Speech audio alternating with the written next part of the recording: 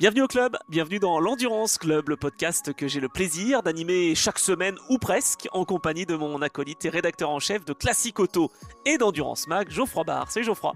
Salut Anthony, bonjour à toutes, bonjour à tous. Ça y est, on fait une semaine de pause et tu remets en question le côté hebdo du podcast. Ah ben effectivement, on a pris une petite semaine de pause, Ouais, mais on est de retour. Oui, Voilà, oui. pour un beau numéro, un 86e, que dis-je, numéro de notre podcast. Et pour fêter notre retour, bon, je sais que t'aimes pas quand je dis ça, mais c'est vrai qu'on a pris une petite semaine de pause, voilà, on se l'est octroyé.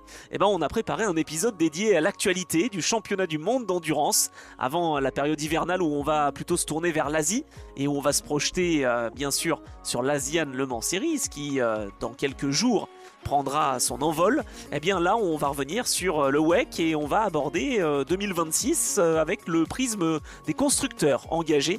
Donc vous le savez, dans l'Endurance Club, on va vous donner des chiffres, des infos, des statistiques qui vont vous permettre d'encore mieux connaître le monde de l'endurance qui nous fait tant vibrer. Et en 2026, eh bien, on espère vibrer avec le WEC. C'est donc le sommaire de ce numéro. On va faire un petit point sur les nouveautés, sur les transferts, les pilotes qui ont changé peut-être de constructeur, d'autres qui sont restés dans la même maison.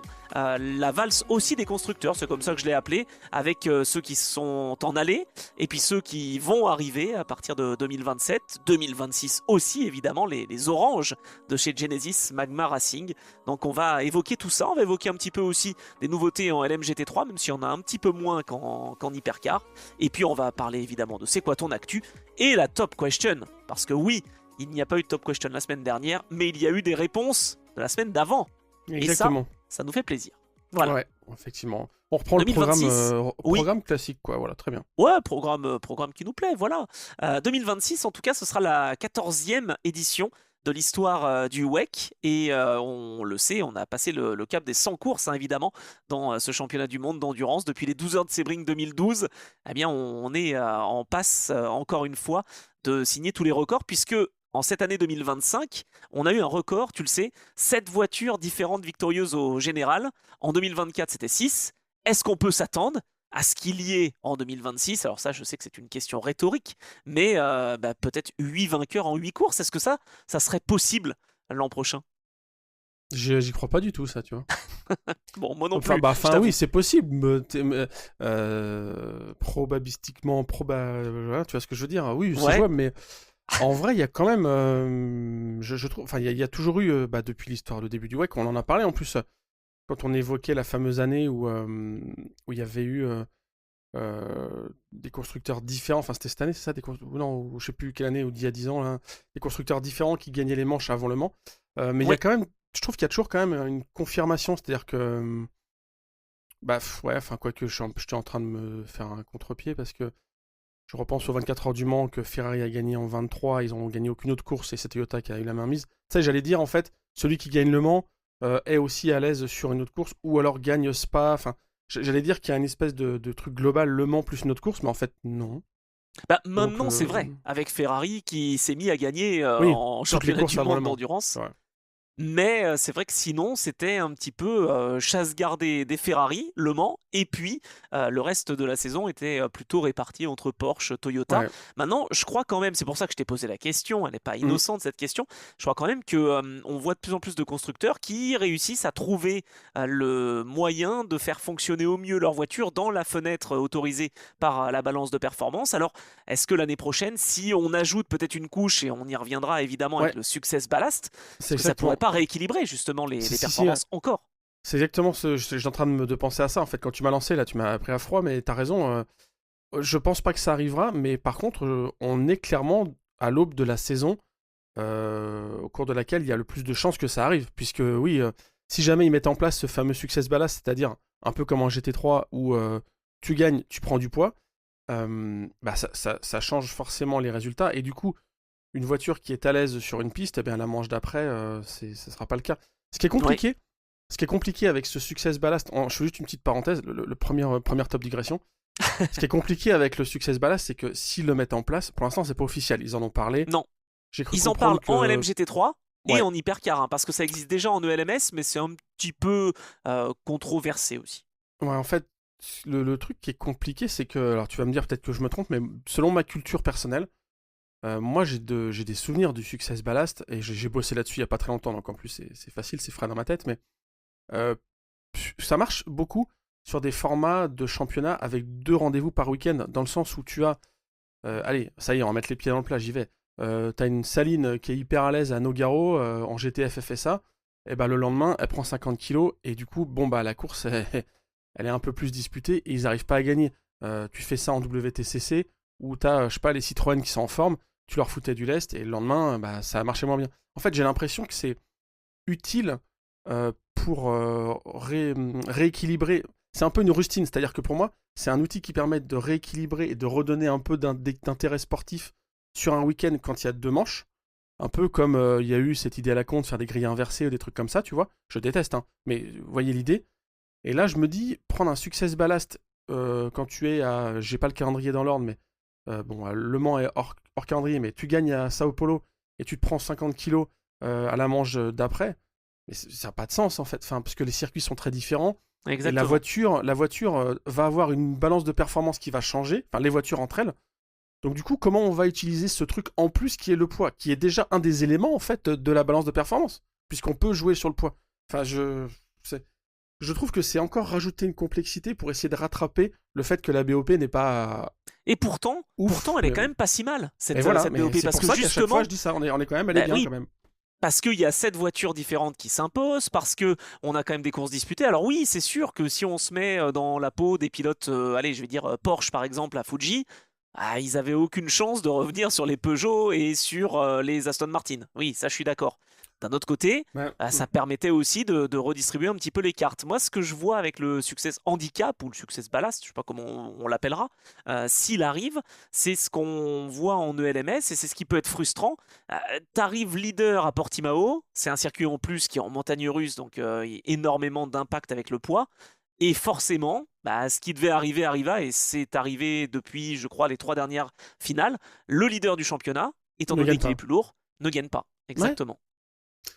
C'est bien, nous ça va faire ça nous fait du boulot, ça va rajouter encore plus d'intérêt au podcast et à expliquer le fonctionnement.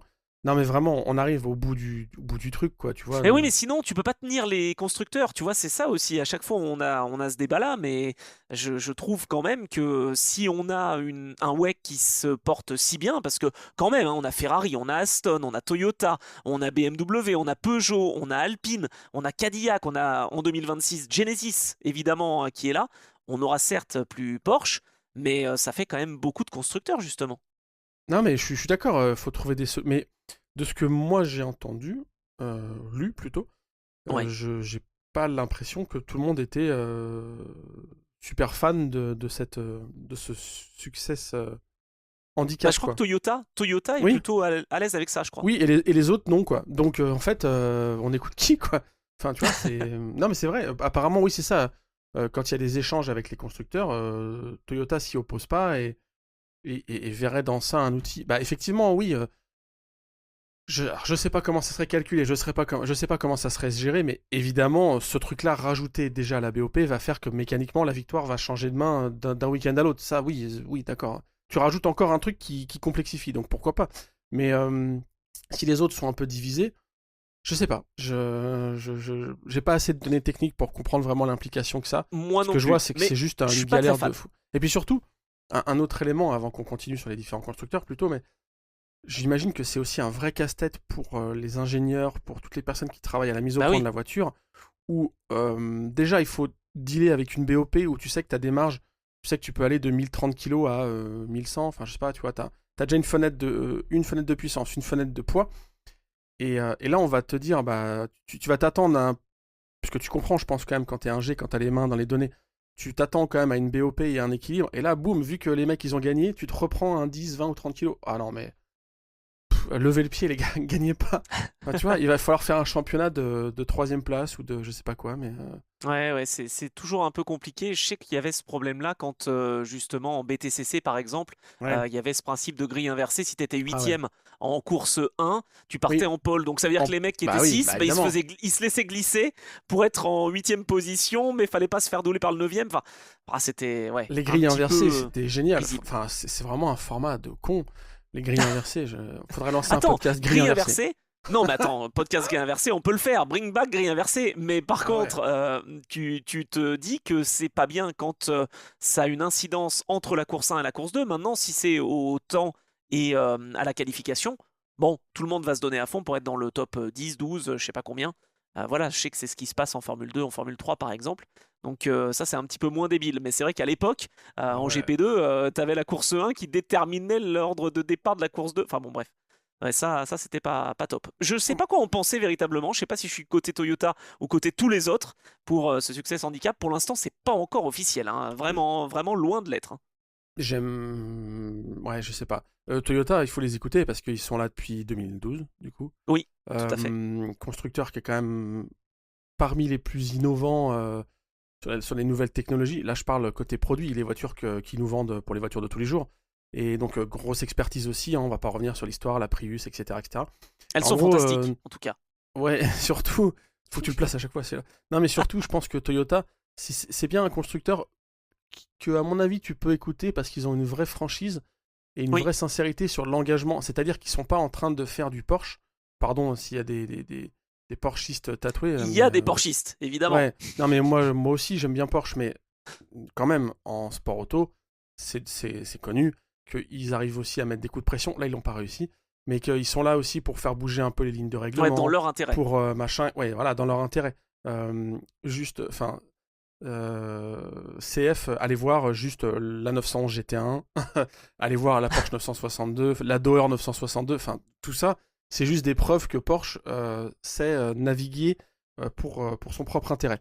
Là, il y a tellement de constructeurs, et en plus, je te dis, Toyota, évidemment qu'ils ont envie de gagner, évidemment qu'ils sont là dans leur intérêt aussi et dans leur image de marque, mais je pense qu'ils sont aussi beaucoup dans une recherche que le sport se fasse dans les meilleures conditions possibles. Ouais, Déjà, c'est ils ont vrai. avalé Bon, leur chapeau parce que maintenant c'est une balance de performance alors qu'on n'est plus vraiment sur une bataille comme on pouvait l'avoir à l'époque en 2014-2015 comme on l'a évoqué, ouais. hybride contre hybride, diesel essence où on s'affustait pour gagner. Là maintenant il y a une BOP donc déjà je pense que sportivement ça leur fait un peu mal de se battre Ah avec bah une là, on l'a BOP. vu. Cette Ouais, année, ils sont passés à deux doigts d'avoir, comme en ouais. 2015, une saison sans victoire, hein. Et je pense que dans leur ADN, ils préféreraient se battre en ayant les chevaux lâchés et pas en ayant une BOP. Après, ils acceptent la règle, mais par contre, je pense qu'ils ont vraiment envie que ça soit dans l'intérêt de l'endurance et du sport. Donc, c'est intéressant. Leur point de vue doit être intéressant à écouter Ouais, dans les ouais, tout débats, à dans les fait. échanges. Bon, bah écoute, en tout cas, on va pouvoir parler de Toyota justement, qui fait partie de ces marques que j'ai évoquées tout à l'heure. Ouais. Est-ce qu'on aura, alors déjà, avant de s'intéresser plus précisément à Toyota, est-ce qu'on aura 18 hypercars pour la saison 2026 ou est-ce qu'on en aura 17 ou un petit peu moins? On devrait avoir 3 Ferrari, bon ça on imagine, et puis 2 voitures à chaque fois.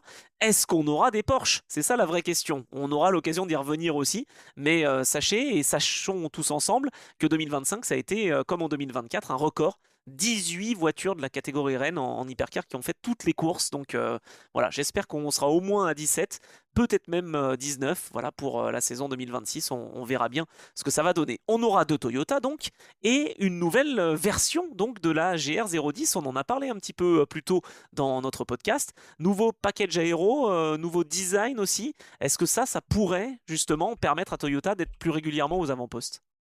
Bah, je pense qu'ils ont fait ça dans ce but-là, évidemment.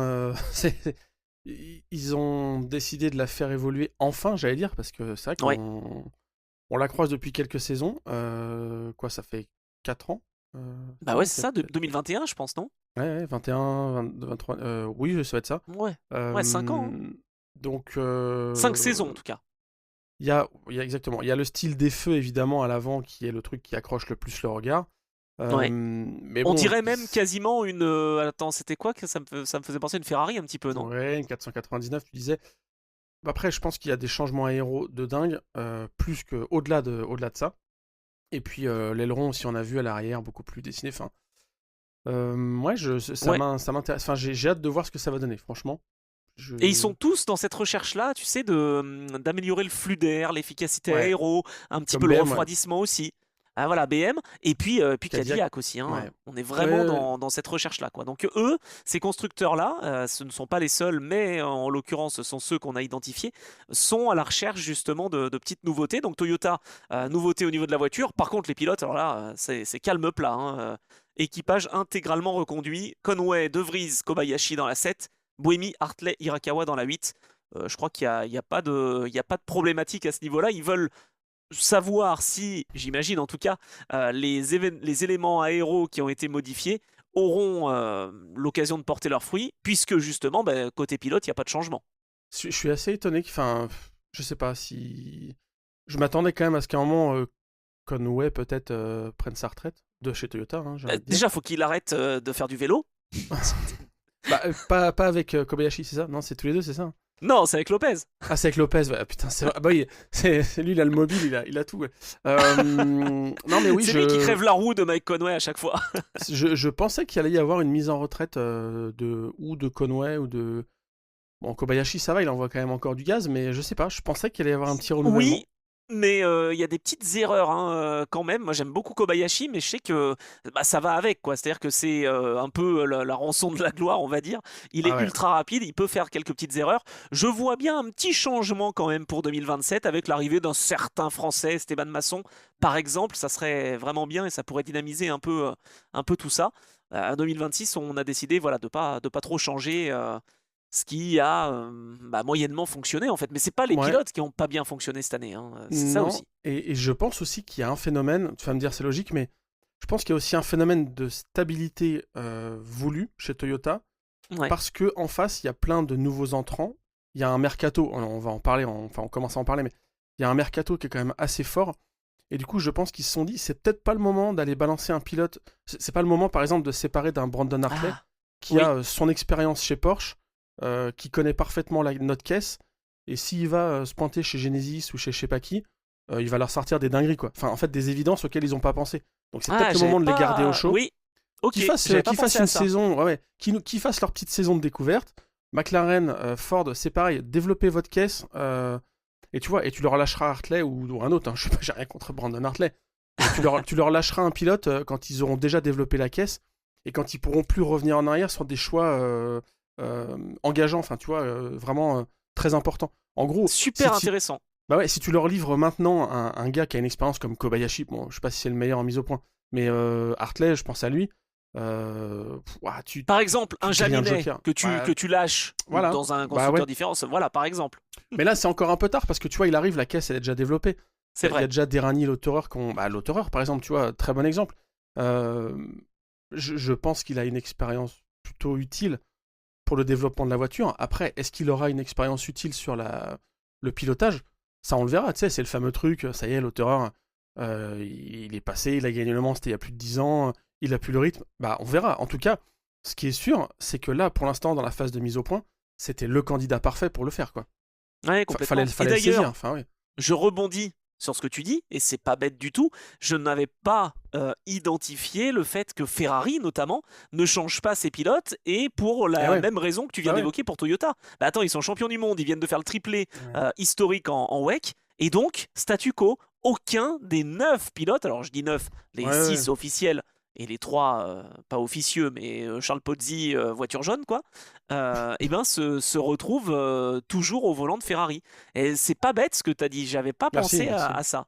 Bah non, mais ouais, en fait, tu vois, parce que James Calado, c'est pareil, il y avait quand même des rumeurs qui disaient qu'il avait Bah envie oui, d'aller voir ailleurs si la voiture était un peu si plus t'y étais. orange que rouge. Et en fait, il le fait pas. Et je le connais pas, hein, c'est pas un ami intime, mais je pense que financièrement, c'est pas une question de finance, c'est plus une question de projet, de motivation, d'avoir. Avec quelle voiture tu peux viser la victoire, avec qui tu t'entends bien. Enfin, les pilotes raisonnent comme ça, réfléchissent comme ça. Évidemment, ils réfléchissent aussi financièrement, hein, mais je pense que chez Ferrari, ça va plutôt bien. Il est là depuis longtemps. Et à mon avis, ils ont dû verrouiller sur plein d'aspects, sur, je sais pas, sur la thune peut-être, mais aussi sur, écoute, on va faire ça, tu peux aussi évoluer sur tel poste, tu peux faire tel autre projet. Enfin, c'est le moment de le garder, quoi. Et peut-être que Bien dans sûr. un an ou deux, je pense, allez, je fais un call fin 2025, on verra, on fera le point dans un an, mais je pense que dans un an, si on fait un point de situation, et Toyota et Ferrari ne reconduiront pas les mêmes équipages. C'est sûr. Oui. Je te le signe qu'il y aura des changements chez ces deux constructeurs-là. Oui, parce que 2027 sera une année aussi très importante. On aura McLaren. McLaren, on aura Ford, et puis Hmm. surtout on aura un peu la perspective d'un règlement qui va encore évoluer à Ouais. l'horizon 2030. Donc voilà, il y a des choses qui vont forcément se mettre en place. C'est aussi comme ça, hein, que le WEC peut continuer à avoir cette dynamique-là et à pouvoir continuer d'attirer aussi des pilotes, hein, mine de rien. Voilà, s'il y a ce côté chaise musicale et ce côté silly season, bah voilà, forcément, les pilotes, ils vont avoir envie de rester justement et de pas avoir des envies d'ailleurs, quoi. Donc ça, c'est une très très bonne nouvelle pour le WEC, je trouve, en tout cas. Ouais, Les clairement. pilotes Ferrari, tiens, d'ailleurs, j'ai une petite question parce que j'ai préparé cet épisode en me disant qu'est-ce que je pourrais aussi vous proposer, mesdames et messieurs, pour les petites statistiques. Donc les pilotes Ferrari, tu sais qu'ils ont réussi le triplé, en tout cas aux 3 premières positions Ouais, dans la au championnat. catégorie hypercar au championnat. Ils ont été donc premier, deuxième et troisième. Est-ce que tu sais que ça a déjà été fait par une autre marque, pas au général, mais dans une catégorie en WEC? Je suis tombé des nues. Est-ce que tu sais? Donc une marque qui a les 3 premières places Ouais, à la fin de saison, quoi, au championnat. exactement. C'est arrivé 2 fois même en Bon, WEC. on ne compte pas les Oreca en LMP2, j'imagine. Non, non, non. C'est arrivé 2 fois, donc ça doit être du GT. Oui, Enfin, c'est du GT. Bon, je vois que Porsche et Ferrari pour le faire. eh ben non. Eh ben À moi moins aussi je qu'Aston pensais Martin, ça. peut-être. Exactement. Et en Ouais. fait, c'est un peu tiré par les cheveux, c'est Aston Martin, t'as raison. C'est un peu tiré par les cheveux parce que l'année 2014, donc ça a été la première fois en Ouais. GTE AM, on avait donc Christian Poulsen, David Enemeranson premier, Waouh. Christopher Nygard, pardon, Nygaard. Ouais, Pedro Nygaard. Lamy et Paul Dall'Anna deuxième. Et tu vas me dire, mais il y avait que 2 voitures Non, d'engagés, non, c'est non, pas non, non. possible. Il y en avait une avec. C'est pas ça. Attends, il doit y avoir du Senna. Non, c'était Niki Team. Ah, C'est Niki Niki Team, Team en fait putain. qui a pas fait toutes les courses. Donc il était normalement avec Christian Poulsen, lui il a fait que les courses où il a gagné, Ah mais il se ouais. retrouve troisième. Ah, Parce qu'il en a d'accord. raté 3. Tu vois ce que je veux dire? Donc ce Ah, sont mais des c'est pilotes Aston Martin pilote. Oui, d'accord, ok. Oui, oui. qui terminent aux 3 premières places. C'est tiré par les cheveux, je l'avais dit. Et en 2022, c'est pareil. C'est-à-dire qu'on a 3, c'est pas des équipages, mais Oui, je comprends, je 3 comprends. premières places. Donc avec Ben Keating, Marco Sorensen et normalement Chavez qui aurait dû être premier, mais Chavez n'a pas fait la première course, donc il se retrouve troisième. Et au milieu, on a Dave Pittard, Niki Team et Paul Dall'Anna pour l'équipe Northwest AMR qui termine deuxième. Donc 2 fois dans l'histoire, en GTE AM, et ben ça s'est fait aussi que les 3 premiers étaient des pilotes de la marque Aston Martin. Et cette année 2022, d'ailleurs, bah, c'était Hmm. juste derrière les Iron Dames, qu'on ne retrouvera pas en 2026, et ça, on en parlera évidemment, qui avait terminé quatrième du championnat, avec Raël Frey notamment, sur la voiture engagée par l'équipe de Deborah Mayer et de Claudio Scavoni. Ok. Intéressant, pas Pas mal. mal. Putain, je Tu vois, pensais je me pas. suis dit, bon, et donc Ferrari ne l'a jamais fait, et donc Porsche ne l'a jamais fait, et c'est la 3e fois de l'histoire, du WEC en tout cas, que des pilotes d'une même marque, justement, dans différentes catégories, Verrouille terminent les aux trois trois premières places. positions. Voilà, bon, Euh, c'était une petite anecdote comme ça, pour évoquer, évidemment, tu me vois venir, Aston Martin, puisque on a parlé d'Aston en GT, je voulais parler d'Aston Martin, alors là, pour le coup, pas du tout de changement de line-up, j'ai pas entendu non hmm. plus d'évolution au niveau de la voiture. Bon, qu'est-ce qu'on peut attendre de la Valkyrie? Qu'est-ce- Je Une, sais une pas. BOP favorable? Écoute, elle a quand même, non, mais elle a quand même mené pour la première fois une épreuve lors de la dernière manche du WEC. Donc, C'est vrai. il y a une progression. On l'a vu après en course, ça s'est effondré, mais il y avait quand même du mieux. À Fuji, c'était quand même sympa aussi. Je me souviens de la remontée notamment. Enfin, bah justement, moi j'aurais changé les pilotes, hein, pour le coup quand même, mais je pense qu'ils peuvent pas parce que, Ah, tu crois qu'ils peuvent pas? bah non, parce que il y a tellement peu d'implications, je pense, Aston Martin, et il y a tellement plus d'implications Oui, de la de fameuse Dirt of Racing structure, Team. exactement, d'Art of Racing. Donc, bah, en fait, faut bien faire rouler les copains, il faut bien faire rouler les pilotes. Enfin, l'impulsion, elle vient plus d'Aston Martin. Enfin, elle n'est pas venue d'Aston Martin, C'est mais vrai, c'est eux, vrai. ils ont annoncé, après, ils ont mis le projet sous le tapis, et puis finalement, c'est revenu, mais ils mettent des ronds, ils utilisent le truc, évidemment, il y a un intérêt. Je suis pas en train de dire qu'Aston Martin, c'est juste un naming comme en Formule 1. Mais par contre, ils sont un peu victimes de ce truc, c'est marrant, hein. C'est comme en Formule 1, en fait, où t'as un baquet qui est déjà réservé. Non, là c'est pareil, c'est juste il y a une line-up qui est pas optimum, on va pas se mentir, et qui pourrait être mieux, mais bon, moi je m'attends peut-être encore à des coups d'éclat. Je verrais bien, j'espère, un beau coup d'éclat au Mans. Genre, tu vois, un petit challenge, genre, un peu à l'ancienne, un Pescarolo Audi, où on se dit, mais attends, l'Aston, si ça tient, putain, elle peut peut-être se battre devant quand même. Et en fait, non. Mais, tu vois, j'aimerais bien. Ouais, je comprends. Après, ça serait pas bien vu de la part des autres constructeurs, parce qu'on rappelle qu'ils n'ont pas d'hybride, donc bon, c'est sûr que ça a coûté un Je- petit peu moins cher leur Ouais, programme. je, Maintenant, je ils ont commence à quand même me. bien terminé, hein. Ils je ont co- terminé 5e et 7e des 2 dernières courses. Moi, j'ai été assez surpris et bluffé. J'avais, tu sais, j'arrêtais pas de répéter ça. C'est moi qui martelais.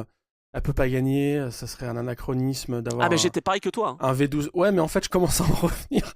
Et je me Ah bon, dis, bon, on d'accord. s'en fout, quoi. Vas-y, faites-la gagner. Non, mais en vrai, pourquoi pas? Tu vois, tout à l'heure, tu disais, bah voilà, on a 8. Enfin, il y a 8 courses. On pourrait avoir 8 voitures différentes qui gagnent. Mais allons-y, en fait. Enfin, si on veut. Parce que là, tu vois, du coup, je dis exactement l'inverse de ce que je dis depuis un an. En fait, là, je vais te dire, bah, Top assumons. contradiction. Ouais, non, mais assumons le fait qu'on est sur un championnat qui est régi par une BOP, et ben assumons-la jusqu'au bout. Et oui, une voiture V12 full thermique Atmo bah, peut gagner une course parce qu'elle n'a pas gagné les autres, donc elle n'a pas eu ce ballast, ce poids en plus, et parce Hmm. que sur tel circuit, eh ben, c'est peut-être elle qui est le plus à l'aise avec des relances 100% thermiques, avec le poids en moins de. J'en sais rien, on peut construire une histoire autour, mais tu vois, ça peut aussi participer à la romance du WEC de dire, bah voilà, vous voyez, chacun vient avec des solutions différentes et chacun gagne. Après, il faut peut-être pas non plus en faire la C'est ça le voiture qui gagne problème. le championnat, Bah oui, tu vois, parce que là, du coup, c'est le complètement signal serait pas bon. incohérent. Bah, Bah oui. l'Automobile Club de l'Ouest essaye quand même, et le WEC aussi, hein, essaye quand même de. Ah, c'est pas qu'ils essayent, c'est qu'ils font beaucoup de travaux sur la décarbonation, l'engagement environnemental, sociétal, etc. Donc oui, c'est sûr que si t'as en figure de proue une voiture qui est Atmo V12, bon, certes, elle a du carburant propre, mais c'est un peu limité. Tu vois, C'est peut-être ça. C'est tu peux peut-être quand ça même qui peut tisser. sauver. Ouais, C'est ouais, vrai voilà. que le carburant justement issu enfin de Total Énergie, Ouais, des déchets euh, de vignes de côte rôtie à côté de chez moi, eh exactement. ben, tu vois, ça peut. En vrai, c'est voilà, c'est quand même déjà un élément propre, quoi. Ouais, c'est vrai, c'est vrai. En tout cas, c'est mieux. On a aussi les projets hydrogène, hein, évidemment, qui sont en cours avec le projet H24, bien sûr, et puis le projet de Toyota Gazoo Racing. Donc Ouais. voilà, il y a des choses qui se mettent en place et on verra. Mais c'est vrai qu'Aston Martin, j'y voyais pas vraiment une issue. Et puis, force est de constater que bah, c'était Pourquoi pas, en peut-être fait. possible, en tout cas pour eux. Voilà. Et alors, peut-être aussi pour Peugeot. Pourquoi pas 2 podiums en 2025? Peut-être que Peugeot retrouverait la victoire. Ça serait intéressant avec Olivier Jansoni qui a été nommé directeur de Stellantis Motorsport désormais. Est-ce qu'il aura un petit peu moins de visibilité sur le programme Peugeot en WEC? Est-ce que le nouveau prototype aussi va arriver quoi en 2027, on imagine? Parce que là, il n'y a pas eu de nouvelles pour la Non. 9X8 nouvelle génération. Bah, Bon, ça communique toujours bizarrement chez Peugeot, donc on sait pas trop. Je suis pas dans en tout les cas, petits il y a de secrets, bons ouais, donc ouais. pilotes. Oui, non mais oui, bah et puis il y en a un que tu connais bien qui arrive, Oui, Théo Pourchère en titulaire. Moi j'attends beaucoup de ça en vrai de cette association là et puis ça y est quoi, faut que ça délivre parce que on l'a dit, la Toyota GR010 on la voit depuis quelques saisons. La Peugeot aussi, je vous rappelle qu'elle avait commencé en mi-saison à Monza je crois, on roulait à Monza à l'époque, hein. ouais, c'est ça. Euh, Sans aileron. Sans aileron bien sûr, et celles sans aileron d'ailleurs elles sont peut-être dans un conteneur direction de l'Asie là Ah en ce oui, moment. Peut-être pas encore, elles sont peut-être en direction de l'Angleterre plutôt. Mais, mais ouais, il faudrait que ça gagne quoi. Que ça gagne. bah, Alpine l'a ça réussi serait, ça avant serait quoi. bien, hein. Ouais. Bah, Alpine l'a réussi avant, oui. Et surtout, les pilotes qu'ils ont, franchement, hormis peut-être un certain Paul R, Paul Docteur, mais sinon les autres, Théo Pourchère, Nick Cassidy, Loïc Duval, Van Dorn, enfin c'est solide. Malte Jacobsen également, ça va avancer, hein, donc à voir. Moi j'ai bien aimé sur un forum je sais pas si sur un forum ou sur un Discord, je me souviens plus. On a nommé Paul Dieu Resta. J'ai trouvé que c'était tout à fait justifié. Le mec ne se prend pas pour n'importe qui. En tout cas, il est encore là, il a de l'expérience. Et pourquoi pas, effectivement, voir Peugeot bien placé. Ça va être un petit peu plus compliqué, je pense, parce que j'ai pas encore tous les tenants, les aboutissants, mais je crois que le système de balance de performance va encore un petit peu évoluer. Et donc, pour le coup, tout ce qui était possible pour Peugeot d'être les plus légers, d'être les plus puissants, ça va peut-être pas forcément durer pour l'an prochain, quoi. C'est vraiment. C'est un truc qui tire depuis le début quoi, les galères sur cette Bah ouais. bagnole. Parce qu'on le rappelle, enfin, si vous prenez le bus en cours, il y a une partie c'est leur faute, mais il y a une partie c'est pas leur faute quand même quoi. C'est-à-dire que moi Ce que je mets pas sur leur faute, c'est que le règlement a évolué avec les LMDH, avec enfin voilà, avec la possibilité donnée aux C'est vrai. LMDH qui ont fait que les premières hypercars, en l'occurrence la Toyota et la Peugeot, se sont tout de suite retrouvés un peu décrochés techniquement. Donc il a fallu faire cette fameuse évolution, changer la montre des pneumatiques, etc., qui a été faite chez Toyota avant, je crois. Enfin bref, ils ont fait en fait, ils ont pris des choix sur une version du Oui, règlement qui n'est plus celle qui est en qui a place aujourd'hui. évolué. Donc Tout à fait. évidemment, ça, c'est pas leur faute. Après, moi, ce que je mets sur leur faute, c'est une forme d'entêtement, peut-être, de pas avoir su réagir avant, de toujours avoir introduit des évolutions de bagnole, pas en début. Enfin, je sais pas, il y a toujours eu un décalage, je trouve. Je suis pas en train de dire que c'est facile, hein, j'ai jamais géré de projet hypercar, hein, je sais pas du tout ce que ça implique en termes de temps, d'efforts, Bientôt, etc. Oui, bah, non, l'Endurance Club Project.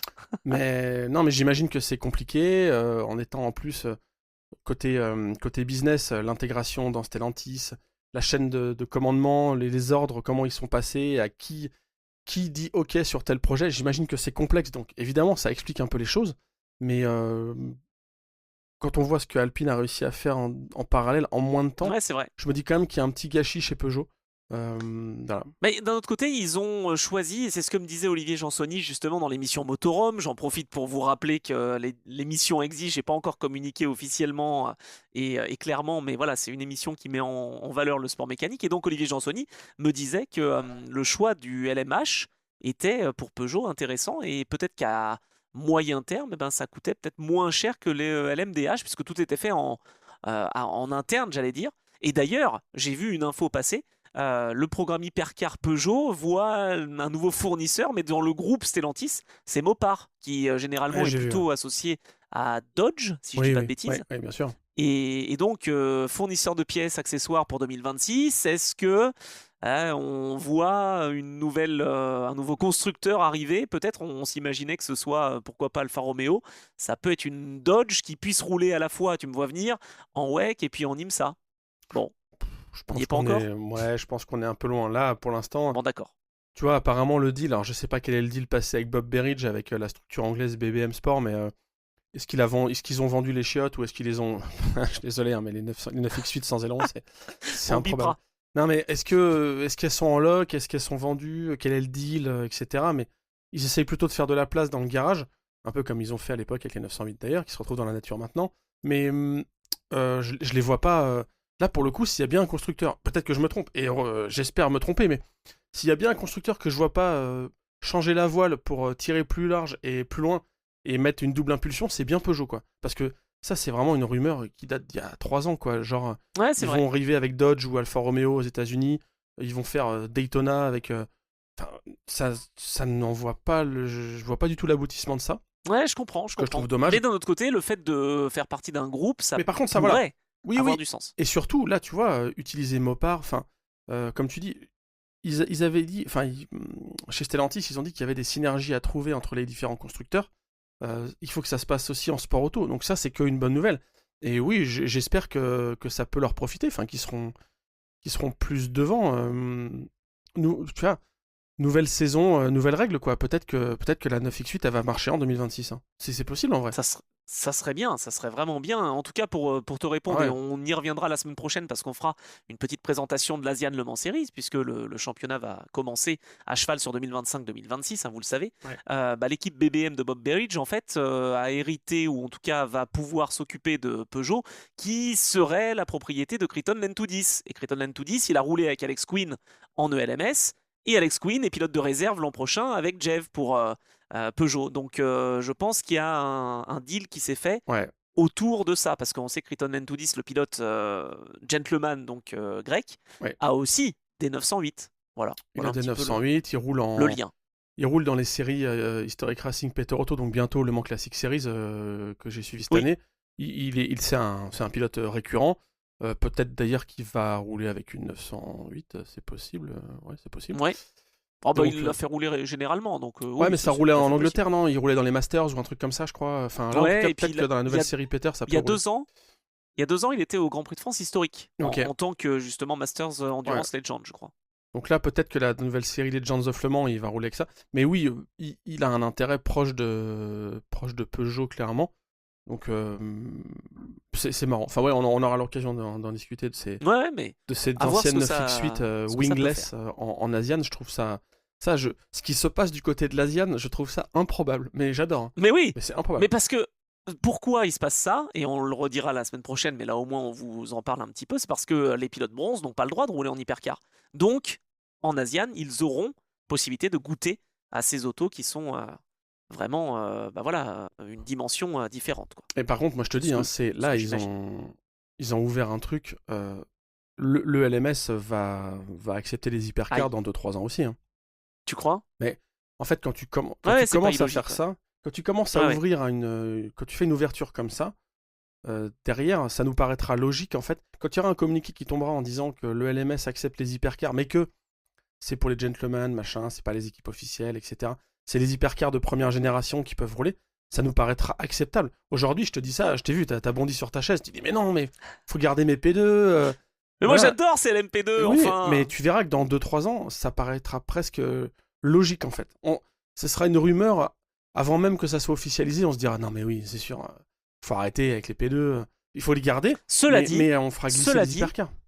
non, mais je pense que tu as raison aussi. Alors, même si c'est un petit peu plus compliqué de les exploiter, c'est sympa d'avoir justement les premières générations des hypercars qui n'auront plus lieu d'être en WEC, de pouvoir rouler aussi en ELMS. C'est aussi pour ça que l'Asian Le Mans Series, que le LMS existe, c'est pour donner possibilité à des équipes d'exploiter des voitures et puis à des pilotes de prendre de l'expérience. Sinon, moi je les récupère en historique, hein, parce que là, maintenant, que les nouveaux championnats en historique vont être pour des voitures jusqu'à 2012. Je crois que chez MRL, ils vont accepter jusqu'à 2012 et il y a des voitures très très récentes. Ouais, enfin bon, Pas, les pas, pas hypercars, hybrides. c'est pas 2012. Oui, oui, non, non, non, non, mais bien sûr. Mais ce que je veux dire, c'est qu'il y a des voitures pas hybrides, mais il y a des voitures quand même assez récentes maintenant en historique. Donc Bien sûr. peut-être que les hypercars, ça sera dans pas si longtemps aussi en Ouais, c'est histo. vrai. En histo. Il y a bien des vieilles Bon, Ligier, dans 10-15 ans. il y a des Ligier JSP2 qui roulent en histo, hein, aux États-Unis. Enfin, tu vois, même des Acura DPI. Donc, tu vois, il y a des trucs incroyables en historique, hein. Ouais, c'est vrai, c'est vrai. Ah, on va suivre ça de près. Bon, en tout cas, on passe de Peugeot à Alpine parce qu'on va faire un Ouais. petit revue d'effectifs, petite revue d'effectifs aussi pour nos Français. Alpine qui a fait mieux en 2025 qu'en 2024, hein, parce que déjà, les deux A424 ont rallié l'arrivée sur les 8 courses. Et ça, c'est quand même quelque Ah chose oui. qu'il faut souligner. Donc, eh ben oui, on parlait 2024 de la fiabilité au Mans qui allait pas, etc. Bon, bah, pas d'abandon en 2025, donc faut quand même le dire. Une victoire à Fuji, 3 Ouais. podiums en tout contre 1 en 2024, 3 top 5 comme en 2024, et 8 top 10, c'est un de moins qu'en 2024, mais on est quand même bien dans le match, et surtout 9 hyperpoles, donc ça prouve à la fois qu'il y a de la fiabilité, mais il y a aussi du rythme pour les Alpines, et je trouve que c'est mal récompensé de les retrouver 6e au général, alors que l'année dernière ils étaient 4e devant BMW, là ils sont derrière pour un petit point le constructeur allemand. Et pourtant, alors très bon résumé ce que tu viens de dire, les chiffres. Ah, merci. Et pourtant, 2 pilotes qui s'en vont sur Oui, 6. C'est quand même un turnover de malade, quoi. bah, 2 ou même 3 d'ailleurs, hein. Moi je pense qu'il y en a 3 qui vont s'en aller, hein. Ah bah, Paul Louchatin, c'est sûr. Mick Ouais, Schumacher, c'est sûr. c'est sûr. Et Ferdinand Habsbourg, on n'est pas sûr qu'il reste. T'imagines s'ils renouvellent 50% de l'effectif alors que ils viennent de faire, je veux pas le reciter, tout ce que tu viens de dire. C'est quand même, Ouais, c'est ouais. quand même incroyable. Enfin, normalement, tu quittes pas une équipe ou un constructeur qui est sur cette phase ascendante. Là, on peut clairement parler de pente ascendante. Des podiums, Alors ça un je suis d'accord. 100% de finish, Même une si, victoire. Putain, quand même, quoi. même si au niveau du classement constructeur, c'est pas une ascension, Oui, puisqu'ils mais perdent 2 places au général. ouais, mais bon, ça, personne ne le regarde. Ce que tu regardes, c'est. Non, mais en vrai, Alpine, ils ont quand même gagné une course cette année. C'est vrai. Et on les a vus, quoi. Enfin, tu vois. Est-ce que. Enfin, je sais pas. Est-ce qu'il n'y a pas une donnée aussi budgétaire? Est-ce que finalement, on Ouais. se dit pas que voilà, Mick Schumacher, c'est pas Paul Louchatin qui coûtait le plus cher certainement, mais en tout cas, on imagine peut-être que voilà, on dégraisse un petit peu et on fait appel, pourquoi pas? Alors Bah, j'en sais rien, j'ai pas envie qu'on en D'Acosta, arrive il est là, pas mais un gratuit, petit je peu pense, comme hein. Genesis. Non, mais faire des duos de pilotes. Oui, oui, alors ça, d'accord. Mais ce qui est. Oui, oui, je suis d'accord. Non, mais c'est juste que ce que je voulais dire, ce qui me fait sourire, c'est que on est sur un projet le Trajectory Project, on est sur un projet dont la trajectoire est plutôt bonne. Oui, Et trajectoire, j'aime bien. ouais, ouais, oui, c'est vrai. Et c'est le moment que choisit Mick Schumacher pour partir. Alors, Oui. parce qu'il veut poursuivre son rêve à lui, sa carrière Ouais, je sais pas perso. trop. Franchement, là, Non, je mais vois voilà. pas trop parce qu'il va donc aller en IndyCar. On Oui. l'annonçait depuis à peu près 8 mois. Non, non, non, pas à ce point. Mais, mais voilà, il a réussi à trouver un accord avec l'équipe Ral Letterman. Donc, Ouais. il va vers les États-Unis. Il Il, fait de la monoplace, c'est ce qui lui plaît. il poursuit son Ok, rêve. ça, je comprends. Voilà, il poursuit son rêve. Ouais, il poursuit son rêve. Mais c'est quoi son rêve? C'est quoi? C'est d'aller faire les 500 miles? Je suis pas sûr que ce soit un rêve. Il- Ouais. Bon. Le, Son père n'a le... jamais voulu, en tout cas, rouler aux 500 miles parce que c'était trop dangereux. Lui va Ah ouais, mais peut-être bon, là, son père, y arriver. il va plus lui donner de conseils, là. Maintenant, il fait ça. Non, En fait, on le est truc, d'accord. c'est que Mais je sais pas, je trouve que ça avait du sens qu'il soit chez Alpine, moi aussi. qu'il soit chez un constructeur, qu'il soit en endurance, qu'il construise ce qu'il fait. On dirait Sofia Flörsch, quoi. Je comprends pas. Qu'est-ce qu'ils ont, ces Allemands? Ah, tu veux dire à aller forcément vers la monoplace? Bah ouais, Après, quand tu t'appelles Schumacher, d'accord. t'as Non, quand mais même un ok, petit. Tu vois ce que je veux dire? il y a T'as un quand petit même. lien. Il y a Ouais, un ouais. petit lien. Mais enfin bon, d'un autre côté, Brundle, il est pas allé en Formule 1, Alex Brundle. Bon, ben voilà, maintenant il est en historique, mais il allait plutôt en endurance, tu vois. Bah, ce que je pense, c'est qu'il a quand même un nom qui est lourd à porter. Lourd au sens Ouais, héritage du père qui était pas un manche en F1, même dans tout ce qu'il a pu toucher, sauf les motos. Et il y a aussi un truc un peu lourd comment dire, bah voilà, enfin, on sait la situation de Michael Schumacher depuis 2013. bah oui, Je pense il porte en lui l'envie de bien faire et de quelque part un peu de poursuivre le rêve. Et le rêve Schumacher, le rêve Michael Schumacher, senior, hein, le père, quoi.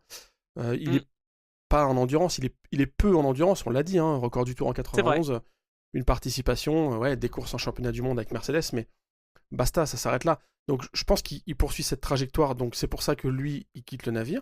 Paul Louchatin, je le connais pas assez, je t'avoue, je sais pas trop quel est son... Je pense que ce qui a joué, je veux pas m'avancer trop parce que j'ai pas eu l'occasion de parler avec lui. Je pense que ce qui a joué, c'est son rapport avec Hidek. Ouais, Voilà, oui, puisque mais on sait qu'Hidek est assez proche de Genesis. d'accord, mais du coup, repartir d'une base neuve, une caisse qui a jamais roulé, enfin c'est... tu vois, Oui, oui, oui. faut être motivé, hein. Après, il y avait. Ouais, il faut être motivé. Puis après, je pense qu'il y avait de l'envie aussi de découvrir autre chose. L'aventure alpine, ça fait un petit moment qu'il y est. Parce qu'il était déjà de Oui, l'aventure quand ils étaient en LMP2. ouais, bien sûr. Donc il y avait quelque chose à écrire, évidemment. Il a cette victoire. Je crois qu'il a peut-être été aussi sollicité par Genesis pour son côté développement aussi. C'est un bon développeur de voitures. Donc Ok, ok. bon, je pense que ça lui a fait envie aussi d'aller chez un constructeur qui a peut-être envie de mettre encore plus de moyens sur une voiture qu'il ne va pas complètement découvrir parce que mine de rien, elle est quand même développée par Oreca, comme l'Alpine. C'est vrai.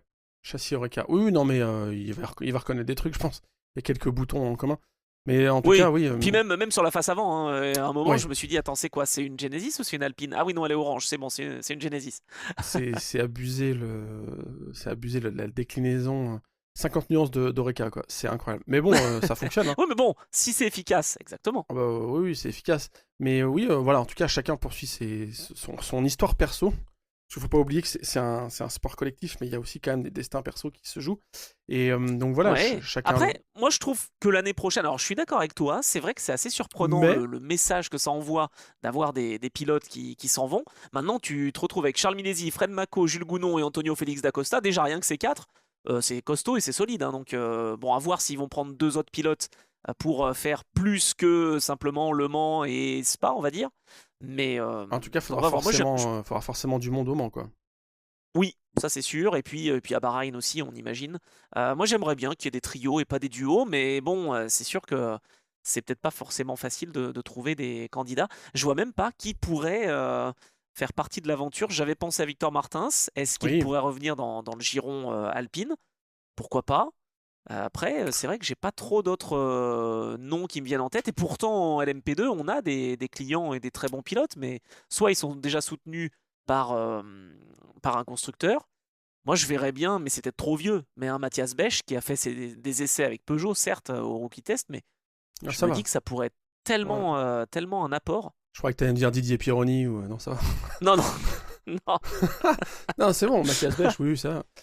Ouais, Bah oui, après, tu mais sais... c'est peut-être pas, ça va peut-être pas dans l'histoire d'Alpine, mais moi je trouvais que ça serait. Enfin, en tout cas, moi, Mathias, je trouve qu'il est qu'il est très rapide et ça pourrait peut-être le faire, quoi. Il y a un monde dans lequel Mick Schumacher, s'il n'y a pas un clash de date, il fait une pige au Mans, hein. Ah, Enfin, ça, tu vois, chez Peugeot, ils feraient ça. Chez Peugeot, ils annonceraient qu'il est plus dans l'équipe, et puis bon, bah, au fait, Et les pauvres, je les charge, ouais, bah désolé, hein. Si vous avez bossé chez Peugeot, désolé. Mais aïe. non, tu vois, il y a peut-être un monde où ils vont faire ça. Après, c'est vrai que je vois, ouais, ce troisième baquet, il faut le remplir et plutôt bien le remplir. Enfin, je veux dire, t'as une chance de victoire en 24 heures du Mans, quoi. C'est pas juste on embauche un pigiste, on a un baquet, tu mets une annonce dans Auto Hebdo, il y a un baquet disponible dans une voiture. Faut quand même trouver quelqu'un de top niveau, et c'est vrai que, ouais, j'ai pas réfléchi à ça, mais ils sont peut-être un peu embêtés, là. Ouais. Bon, on verra bien, hein, mais en tout cas, voilà, il y a encore 2 places potentielles de dispo Habsbourg n'est chez pas annoncé Alpine. départ. Pourquoi t'as des infos qu'on n'a pas sur Habsbourg, non? Ah, Ah. non, mais peut-être qu'il va rester. Non, non, j'ai pas des infos avec certitude. J'ai des indices qui me font penser que. Hmm. Voilà, après, c'est vrai qu'il y a eu quelques petites bêtises quand même, hein, cette année. Alors certes, ils ont gagné à Fuji, mais enfin, c'est lui qui prend la pénalité aussi avec le contact Oui, oui, oui, entre oui. lui et la Toyota. Il y a eu quoi, excès de vitesse aussi au Il y en a Mans. eu beaucoup, même en Euh, début de saison. Avant, je crois que c'est lui qui les prenait aussi à chaque fois, ouais. Ouais. Tu vois, donc bon, je sais pas. En tout Hmm. cas, en 2026, ils n'ont pas abdiqué, hein, loin de là, Alpine, évidemment, puisqu'on parlait de trajectoire ascendante. Nouvelle philosophie aéro, a priori, pour essayer d'avoir un package un peu plus équilibré, parce que, et pour s'adapter surtout aux évolutions réglementaires, parce que on sait que cette voiture, elle était vraiment efficace avec faible appui et vitesse de pointe, mais comme il y a une BOP, bah, au final, au-dessus de 250, s'ils ont moins de puissance, bon bah tout leur avantage théorique tombe à l'eau. Donc là, il va y avoir un travail de nouveau sur la 424 et pour avoir un petit peu plus de stabilité, d'amélioration du comportement général de la voiture. Voilà Ouais, en ce que fait, j'ai entendu. ok. Ouais, c'est l'effet pervers de la BOP qui force les ingés Et oui, à moins faire des voitures affûtées, comme on dit, ou vraiment à faire des lames, mais plus des voitures safe, quoi. Puisque, en fait, c'est la BOP qui te libère de la puissance c'est et du ça. poids en main, quoi. C'est un compromis, quoi. Ouais. Hmm. Bon. Bon, donc on a évoqué Alpine. J'espère qu'il y aura de belles choses l'an prochain. En tout cas, ils sont motivés, hein, chez Alpine. Genesis, bah, je pense qu'avec le super line-up qu'ils ont, on a parlé de Lauterer, on a parlé de Derani, Mathis Jobert qui fait partie bah, Ouais. des révélations de l'année 2025. Danny Uncadella, j'étais un petit peu moins bluffé, mais a priori en interne, il a vraiment été très solide sur les retours notamment qu'il donnait. Et puis donc, bah, Paul Louchatin et Mathieu Jaminet. Et Mathieu Jaminet, ouais. Incroyable. Ouais. Alors là, c'est vraiment le transfert, je vais pas dire de l'année, mais enfin bon, pas loin. Mathieu Jaminet qui quitte Porsche alors que je pense qu'il avait une place pour quand même rouler soit en IMSA, soit en GT, etc. Mais qui voulait peut-être se donner un nouveau défi, un nouveau challenge. Il a même parlé de sortir sa zone de confort. Exactement. Incroyable ça. Ben, il est marié à Porsche depuis longtemps, Mathieu Jaminet. En Ah fait, bah oui, enfin, je crois qu'on en parlait dans un épisode récemment. Alors, on en a parlé tous les deux en off, mais moi, j'ai pas mal d'images de Jaminet, de Vantore, encore en GT, où on se disait s'il y a un programme en hypercar ou en prototype, est-ce qu'ils seront sollicités? Enfin, c'est vraiment des pilotes. Je parle de Vantore et Jaminet, mais je ressens sur Jaminet, pilote fidèle à la marque. Et effectivement, là, envie de changer. Bah, tu vois, clairement, c'est ce que je disais tout à l'heure, c'est le bon moment. Et il a été libéré, au sens où il n'avait plus le contrat. Enfin, il renouvelle d'année en année, hein. C'est ce qu'on avait compris chez Porsche pour ce programme Hypercar. Plutôt que de faire des multi-year agreements comme ils ont chez Ferrari, chez Porsche, ils avaient adopté l'approche année par année. Donc là, il s'est senti libre de partir et je pense que c'est un excellent moment. Et pareil, très gros apport, je pense, chez Genesis d'avoir Mathieu ah Jaminet. oui, Parce que pilote rapide. Ah oui, oui, pilote rapide chez Porsche. Là, on pensait à Kevin Estre, bien sûr, qui a une aura, qui est exceptionnelle. Il y a plein de pilotes rapides. Mathieu Jaminet en fait partie. Et pareil, avec une tête plutôt bien faite pour, à mon avis, être très bon sur le partage d'infos, le ressenti. Enfin, à mon avis, c'est le genre de mec qui est un accélérateur de développement d'une voiture, quoi.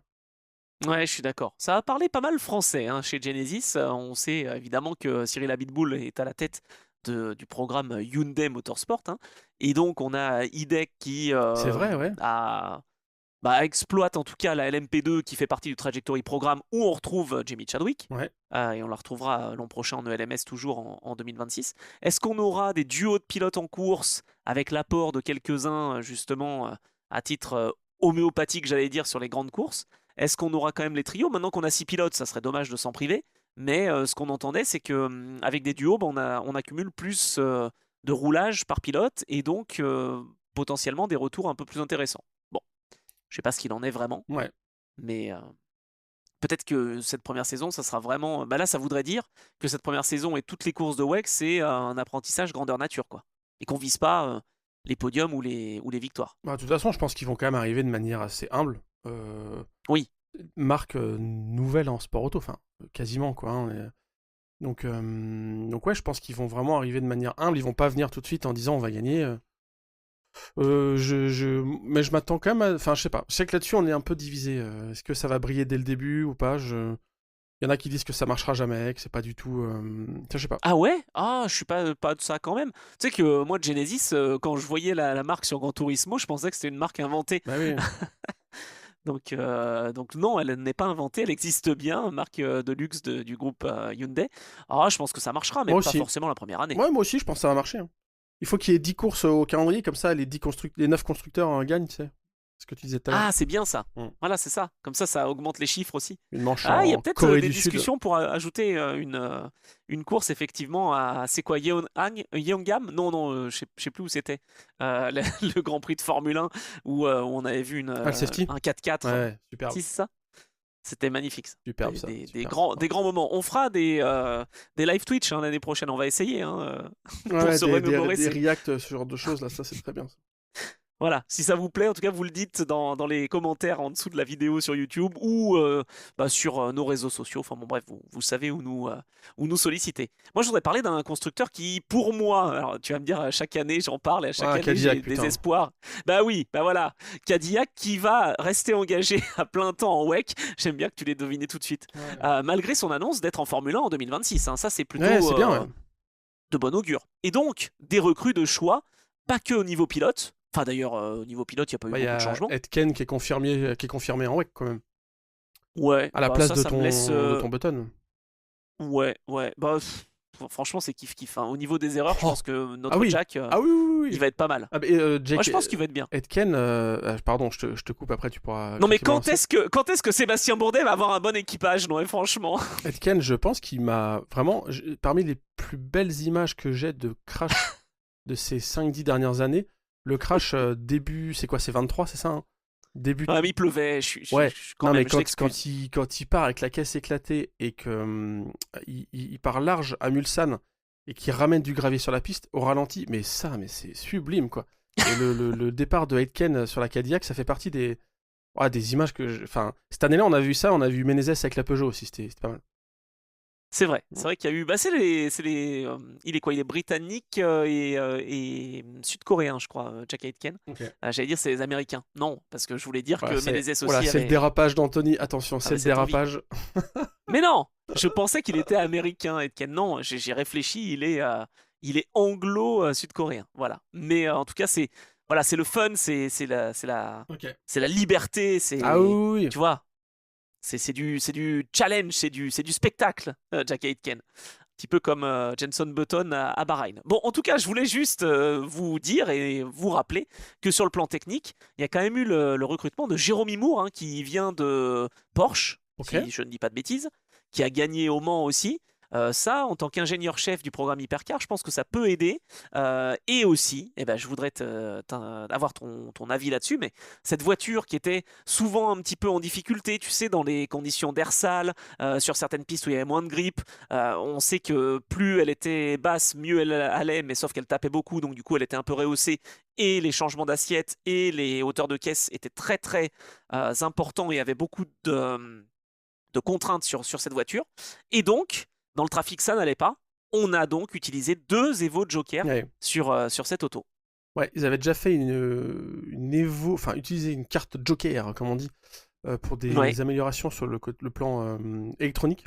Oui, Alors, tout à fait. me demande pas les détails parce que ça m'échappe. Non, mais je ne le sais pas non plus. Mais là, effectivement, il y en a une qui concerne les freins, toujours chez Oui, Brembo. tout à fait. Mais Bah dis donc, ouais, comme BMW, donc ouais, on passe de Carbon Industry à Brembo, exactement. les 2 autos qui sont développées sur des châssis d'Alara. Tiens, tiens. Ouais, et en fait, parce que donc il y a un Joker là-dessus et un Joker qui compte pour l'aéro, évolution aéro. Mais j'ai l'impression que les freins redeviennent enfin l'ont toujours été peut-être, mais sont encore plus un sujet là central pour les hypercars hybrides, parce que le freinage enfin c'est important d'aller vite, mais c'est aussi important de bien freiner, bien sûr. Ouais. Là je parle Et du d'avoir un rôle bon ressenti pour les pilotes. Ouais, alors voilà, c'est ça. Oui, effectivement, ressenti, feeling, côté être sûr et sécure sur son freinage, quoi. Si t'as des trucs qui changent d'un tour à l'autre, ou si vraiment t'as pas le bon feeling, ça te met pas en confiance et ça te permet pas d'aller chercher le temps. Mais il y a aussi, j'ai l'impression que le rôle du freinage est encore plus prépondérant avec l'hybride, dans le sens où ça joue énormément sur mettre de la pression, enfin voilà, charger le train avant, permettre la régénération d'énergie. Enfin, il y a tout un truc où j'ai l'impression qu'avant, c'est même sûr, tu choisissais un équipementier pour les freins. Bon voilà, tu prenais un truc qui avait pignon sur rue, ou une marque avec laquelle tu avais un deal, etc., ou tu étais lié, peu importe. Là, j'ai l'impression que c'est cette saison encore plus devenu un des éléments qui est surveillé et qui est suivi, et où donc, bah voilà, ils n'hésitent pas à changer de fournisseur ou à développer des pièces. Enfin, le freinage est hyper central. Après, ce qui choque le plus sur la Cadillac, c'est pas les étriers de frein, c'est clairement que l'aileron arrière, maintenant, il est quasiment au ras du sol, quoi. C'est ça. Il est incroyable. Ouais. Et donc, en fait, si tu veux, ils ont évoqué le fait de mettre l'aileron arrière beaucoup plus bas pour avoir tout simplement un peu plus de vitesse de pointe. Mais aussi, ils ont enlevé une petite ailette et des dive planes qui étaient à l'avant de la voiture pour les mettre un peu à l'arrière, pour rajouter un peu justement d'appui sans toucher à l'aileron. Ça, a priori, alors j'avoue que je ne suis pas aérodynamicien, mais ça peut aider dans le trafic justement à suivre les autres voitures. Et c'est un petit peu, et c'est pour ça que je fais le parallèle entre Cadillac et BMW, puisque les deux voitures sont issues d'un châssis Dallara. C'est un petit peu le problème qu'avait BMW aussi. Suivre les autres voitures dans le trafic Ouais. et ne pas justement trop dégrader les pneus et ne pas être avec une voiture un petit peu trop joueuse finalement. Ouais, parce que quand tu suis une voiture, contrairement à quand tu as de l'air propre, ce qu'on appelle le clean air, Ouais. l'air ne t'arrive pas de la même manière. Évidemment, s'il y a une voiture qui est devant, c'est elle qui engouffre l'air. Alors oui, il y a un phénomène d'aspiration, mais en fait, l'air, vu qu'il n'arrive pas au même endroit, il n'est pas distribué de la même manière dans la voiture, et donc il n'a pas le même effet. Donc ça va jouer sur la stabilité à haute vitesse notamment, et puis ça va jouer aussi sur les changements de cap, sur la performance globale, sur la consommation, sur le refroidissement, et donc tout ça fait que la performance apparemment était moins bonne. De ce que j'ai compris, l'ABM respirait trop, c'est-à-dire qu'ils avaient fait ces fameux naseaux, donc les haricots caractéristiques de BMW étaient proéminents, et Très gros. c'était sympa, Ouais. mais apparemment trop, dans le sens où il y avait trop d'air qui pénètre. Donc tu peux corriger à l'intérieur, il y a des trucs qui peuvent s'ouvrir, se fermer, pas en dynamique, hein, mais je veux dire avant chaque course, hein. Tu peux décider du flux que tu fais circuler, à quel endroit, etc. Mais apparemment ça restait quand même une vraie contrainte qu'elle ait cette bouche béante comme ça. La Cadillac, j'ai moins de détails. Ce que je sais, c'est qu'ils ont bossé. Donc l'aileron, on l'a vu, la position de l'aileron, elle est dingue. Et tout le fessier, quoi. Tout le côté, le ponton et vraiment l'arrière. Elle apparaît sur les premières photos que moi j'ai pu voir, que vous avez vu aussi sur les réseaux. Ouais, c'est vrai, hein, c'est dingue. Sur Sportscar 365. Elle paraît beaucoup plus basique à l'arrière, en fait. Elle est moins dessinée à la règle. Bah oui, mais finalement, j'arrive à me rendre compte aussi, et même si, encore une fois, je pense qu'on pourrait avoir une discussion avec des aérodynamiciens, et d'ailleurs peut-être qu'on le fera dans l'Endurance Club, ça serait intéressant aussi de donner la parole à des techniciens comme ça. Mais je me dis que si on a moins d'appui de base sur la voiture, déjà, quand elle va suivre une autre auto, il n'y aura pas cette déperdition trop importante d'appui, puisque de toute façon, elle ne sera pas beaucoup chargée, cette voiture. Donc c'est peut-être là où finalement, l'adhérence se fera par divers moyens et par justement ces petits flaps, ces petits gurnets qui sont placés différemment. Faut quand même qu'ils essayent de nous garder de l'appui, hein, parce que ça me fait pas penser à des trucs, non, des voitures qui sont déchargées, par exemple, qui n'ont pas d'aileron. Ouais, non, mais si elles peuvent rester sur la route, les voitures, quand même, ça serait bien en 2026. Non, mais c'est vrai. On est quand même. Vrai. C'est marrant parce que on est. Alors, j'ai peut-être pas des connaissances. Enfin, je n'ai pas les connaissances techniques suffisantes, ça c'est sûr, mais quand on a annoncé le règlement hypercar, j'avais peur que les voitures soient figées. C'est-à-dire que chacun sort son hypercar et je me suis dit, bah oui, ils ont. Le truc qui est un peu confus là, on sait pas trop, qui est opaque, les jokers, machin, mais oui, mais bon, les mecs ils vont faire leur voiture, et vu qu'il va y avoir une BOP, les voitures elles vont pas évoluer. Et en fait, je me rends compte que là, c'est le contraire. Tu vois, il y a pas mal de changements. L'ABM, c'est pas transcendant non plus, mais il y a quand même un changement. Alpine, on nous a dit qu'ils ont bossé. Même Porsche, ils ont utilisé un joker, donc c'est pour dire. Et la Cadillac, là, en fait, je trouve ça marrant, quoi. Elle évolue pas mal.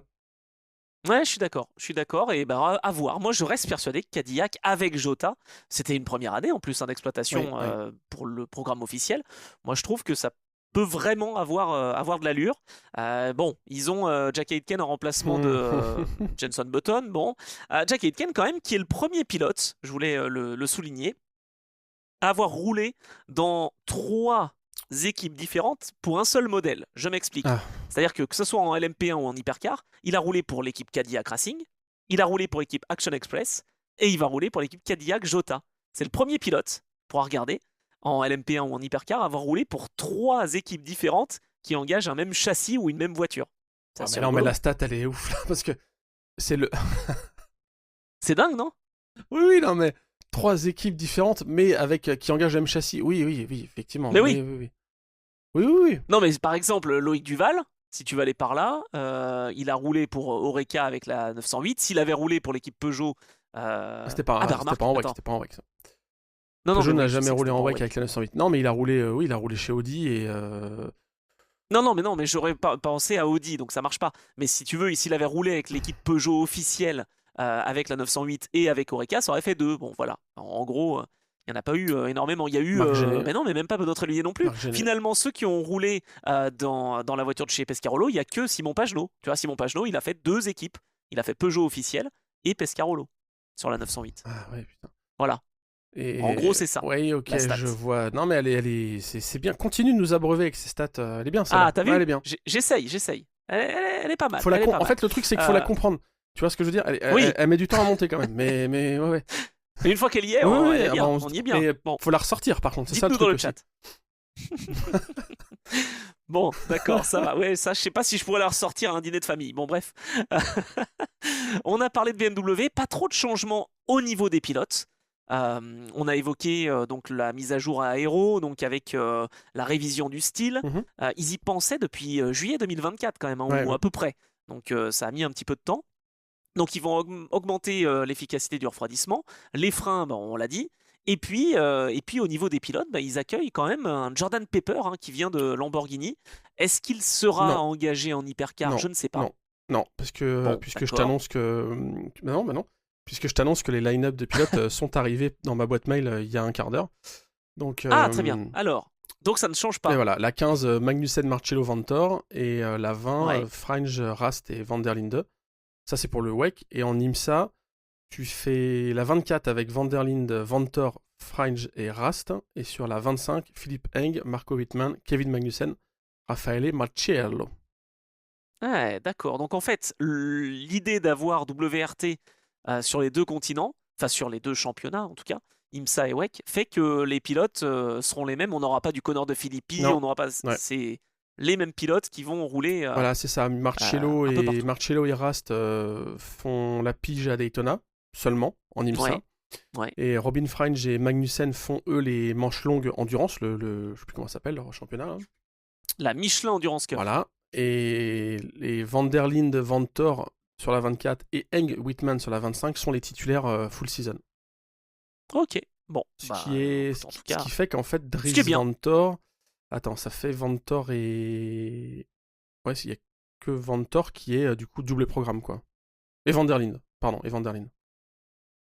C'est ça, Eh hein. oui, parce que sinon en WEC, on n'a pas de, Ouais. on n'a pas de changement statu quo. Donc pour BMW, en tout cas, Jordan Pepper arrive dans le giron BMW. On va voir quelle place il pourra avoir. Peut-être en Bah, GT. c'est une bonne prise, hein, quand Pour, même. Hein.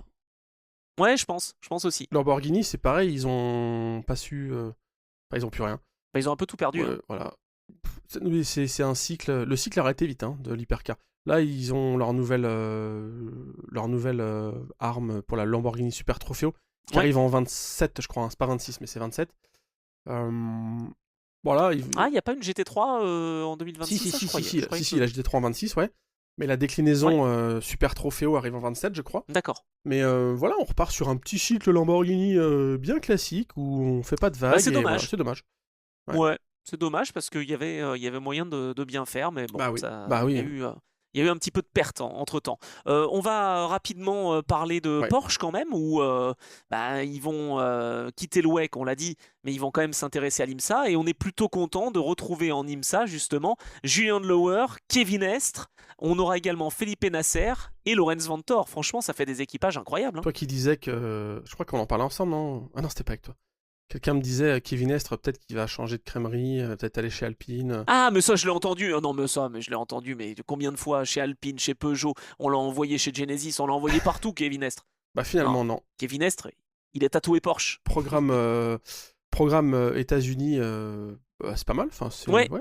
Bah, première fois depuis quoi? Depuis bien 14 ou une 15. dizaine d'années, hein. Ouais, Ouais. parce qu'il avait fait.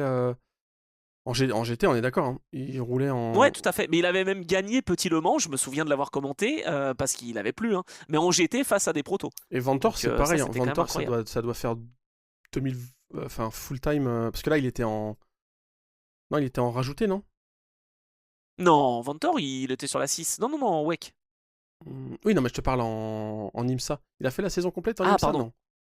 Non. Non, voilà, c'est la première fois qu'il revient depuis, pareil, à l'époque GT, quoi.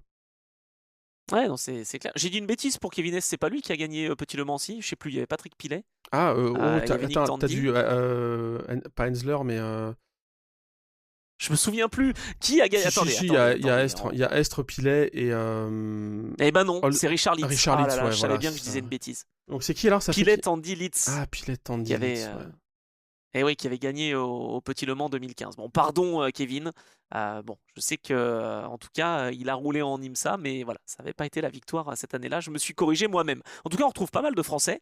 Et donc, Porsche, bah, tu l'as dit, utilise un joker Mm. pour l'IMSA. Bon, il y a toujours quand même cet espoir, j'imagine, de retrouver des 963 en WEC. Mais là, ça a du plomb dans l'aile, hein, cette association a priori qu'on aurait pu imaginer entre Proton et Penske. Penske a démenti le fait de travailler là-dessus. Donc clairement, Ouais, ça bon. sent mauvais. Donc non, je pense que ça, faut faire une croix dessus, hein. Ah ouais, vraiment? Oh là là, mais je suis pas prêt, moi. Faut faire une croix dessus, quoi. Ouais. J'aurais pensé quand même retrouver des 963 en WEC et aux 24 heures du Mans. Tu sais que pour la petite anecdote, 27 pilotes différents en 3 ans de compétition en WEC ont roulé à bord d'une Porsche 963. C'est énorme. Énorme. Celle-là, elle est Non, mais facile à franchement. comprendre comme stat. C'est bien, elle est bien celle-là. Oui, ça c'est bon. Ça c'est bon. Non, mais ça veut dire que ça a beaucoup tourné, notamment chez Proton, Ah oui, oui, oui. notamment. Oui, c'est vrai. Tu vois, c'est ça aussi, quoi. Moi, j'ai. Et puis Jota. Ouais, c'est vrai, parce qu'on a eu du Yifeye, on a eu, ouais, effectivement. C'est vrai. Ben oui. Euh, Et tu vois, et si on regarde juste derrière, en fait, il y a un autre modèle qui a été pas mal plébiscité, entre guillemets, et ça va rejoindre Jack Aitken, c'est Cadillac. Il y a 18 pilotes qui se sont succédés au volant de la Cadillac V-Series R. Ok. Bah écoute, Et tu très vois, bien. entre 27 et 18, ça en fait quand même de la différence. Donc il y a 27 pilotes Porsche 963 en WEC qui se sont succédés. Je suis assez déçu de ne plus retrouver Porsche, mais bon, en tout cas, voilà, c'était le choix, je pense, de Thomas Lodenbach. Il s'est fait prendre à son propre jeu, notre ami allemand. Est-ce que j'ai. Alors, moi, c'est pas une stat, non, c'est plus une devinette. C'est une top question en Vas-y. avance. Est-ce que tu sais quels sont les pilotes officiels Porsche qui ont été remerciés la semaine dernière, qui ne sont plus pilotes Porsche? Oui, et malheureusement, je crois que oui. Ah. Et alors, Bah, déjà, il y en a un qu'on D'Acosta connaît, puisque il est français. Ah bah oui, je parlais pas de lui. Ouais. Mais oui, D'Acosta, on le connaît. Bon, il est chez Alpine. Ouais. On a Jaminet, ouais. puisqu'il est chez Genesis. Et alors, il y en a un autre que j'ai lu, et c'est la top question en avance. Ouais. Parce que, tu te souviens de la top question, Oui, et on va y c'est répondre. vrai. Romain Dumas ne fait plus partie de Porsche. Bah, il est plus pilote officiel Porsche, quoi. Ouais, c'est ça. Incroyable. Et je savais pas, mais j'ai suis, lu que Bruni, c'était l'année dernière qu'il avait été droppé.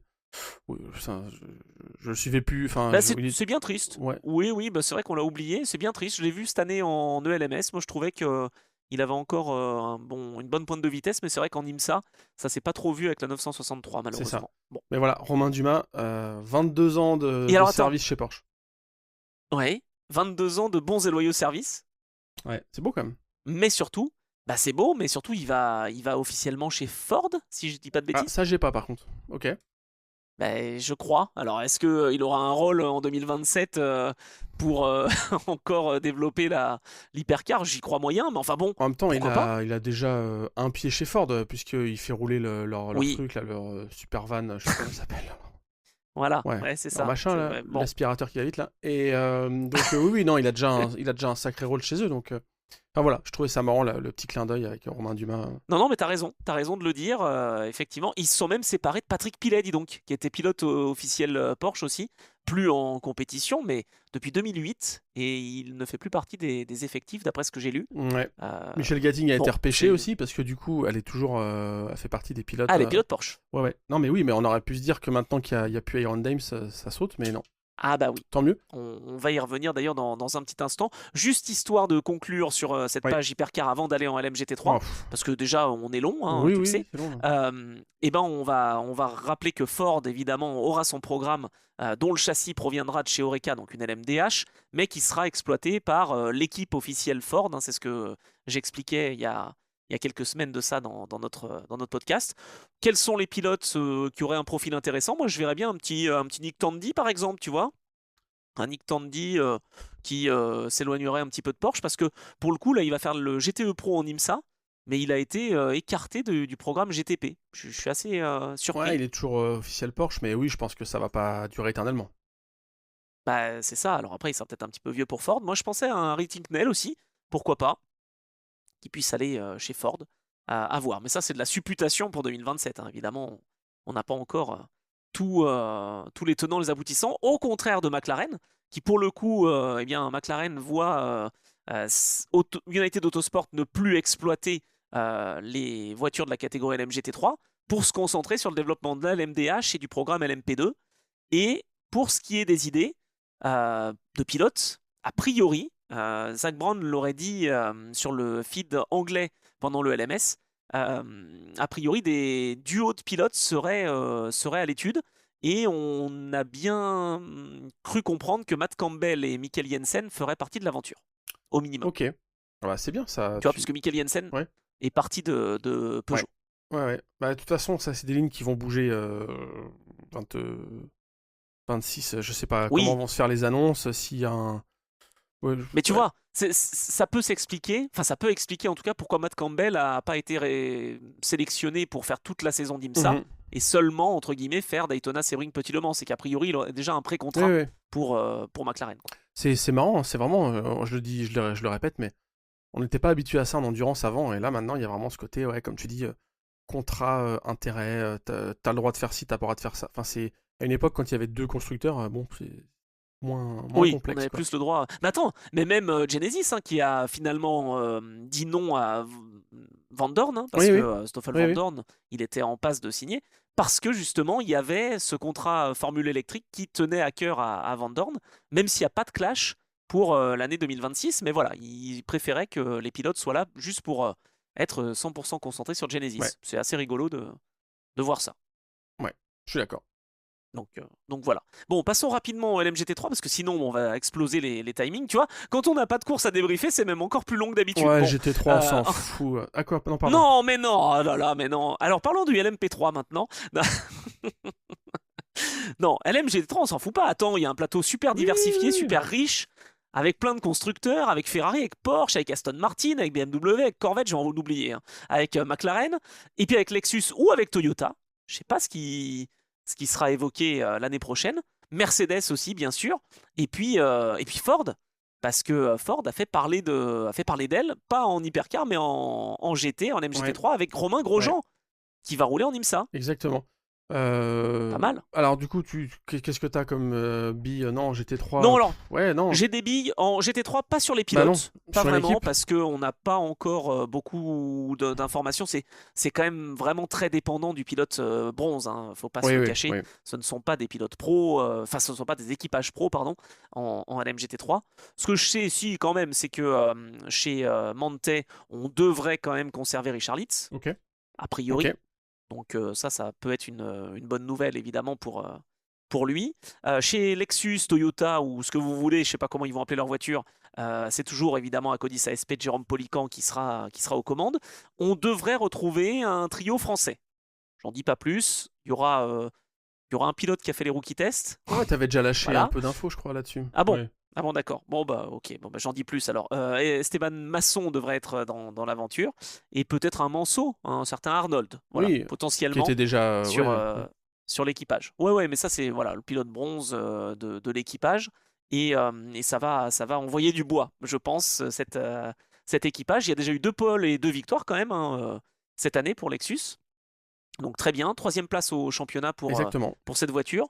Mais on n'a pas plus d'autres informations. On sait que chez BMW, il y a Anthony McIntosh qui arrive de chez Aston Martin et qui aura normalement une place chez WRT. Donc ça va aussi débloquer un petit peu la Valentino situation. Rossi. Doudou. Ah oui, s'il continue, Ouais. je pense que Valentino Rossi, normalement.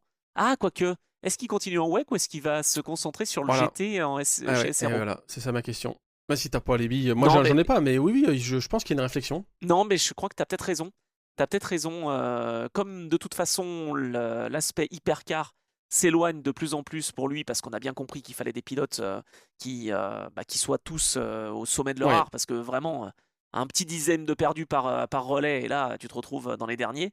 Donc, ouais, et puis potentiellement, effectivement, j'avais lu des rumeurs sur lesquelles était fondé le fait que Rossi se retrouve effectivement en compétition GT en GT World. je pense qu'ils ont clarifié la situation d'arrêter de lui faire miroiter de rouler en hypercar. Alors que, Bien sûr. à mon avis, c'était un peu ouvert avant.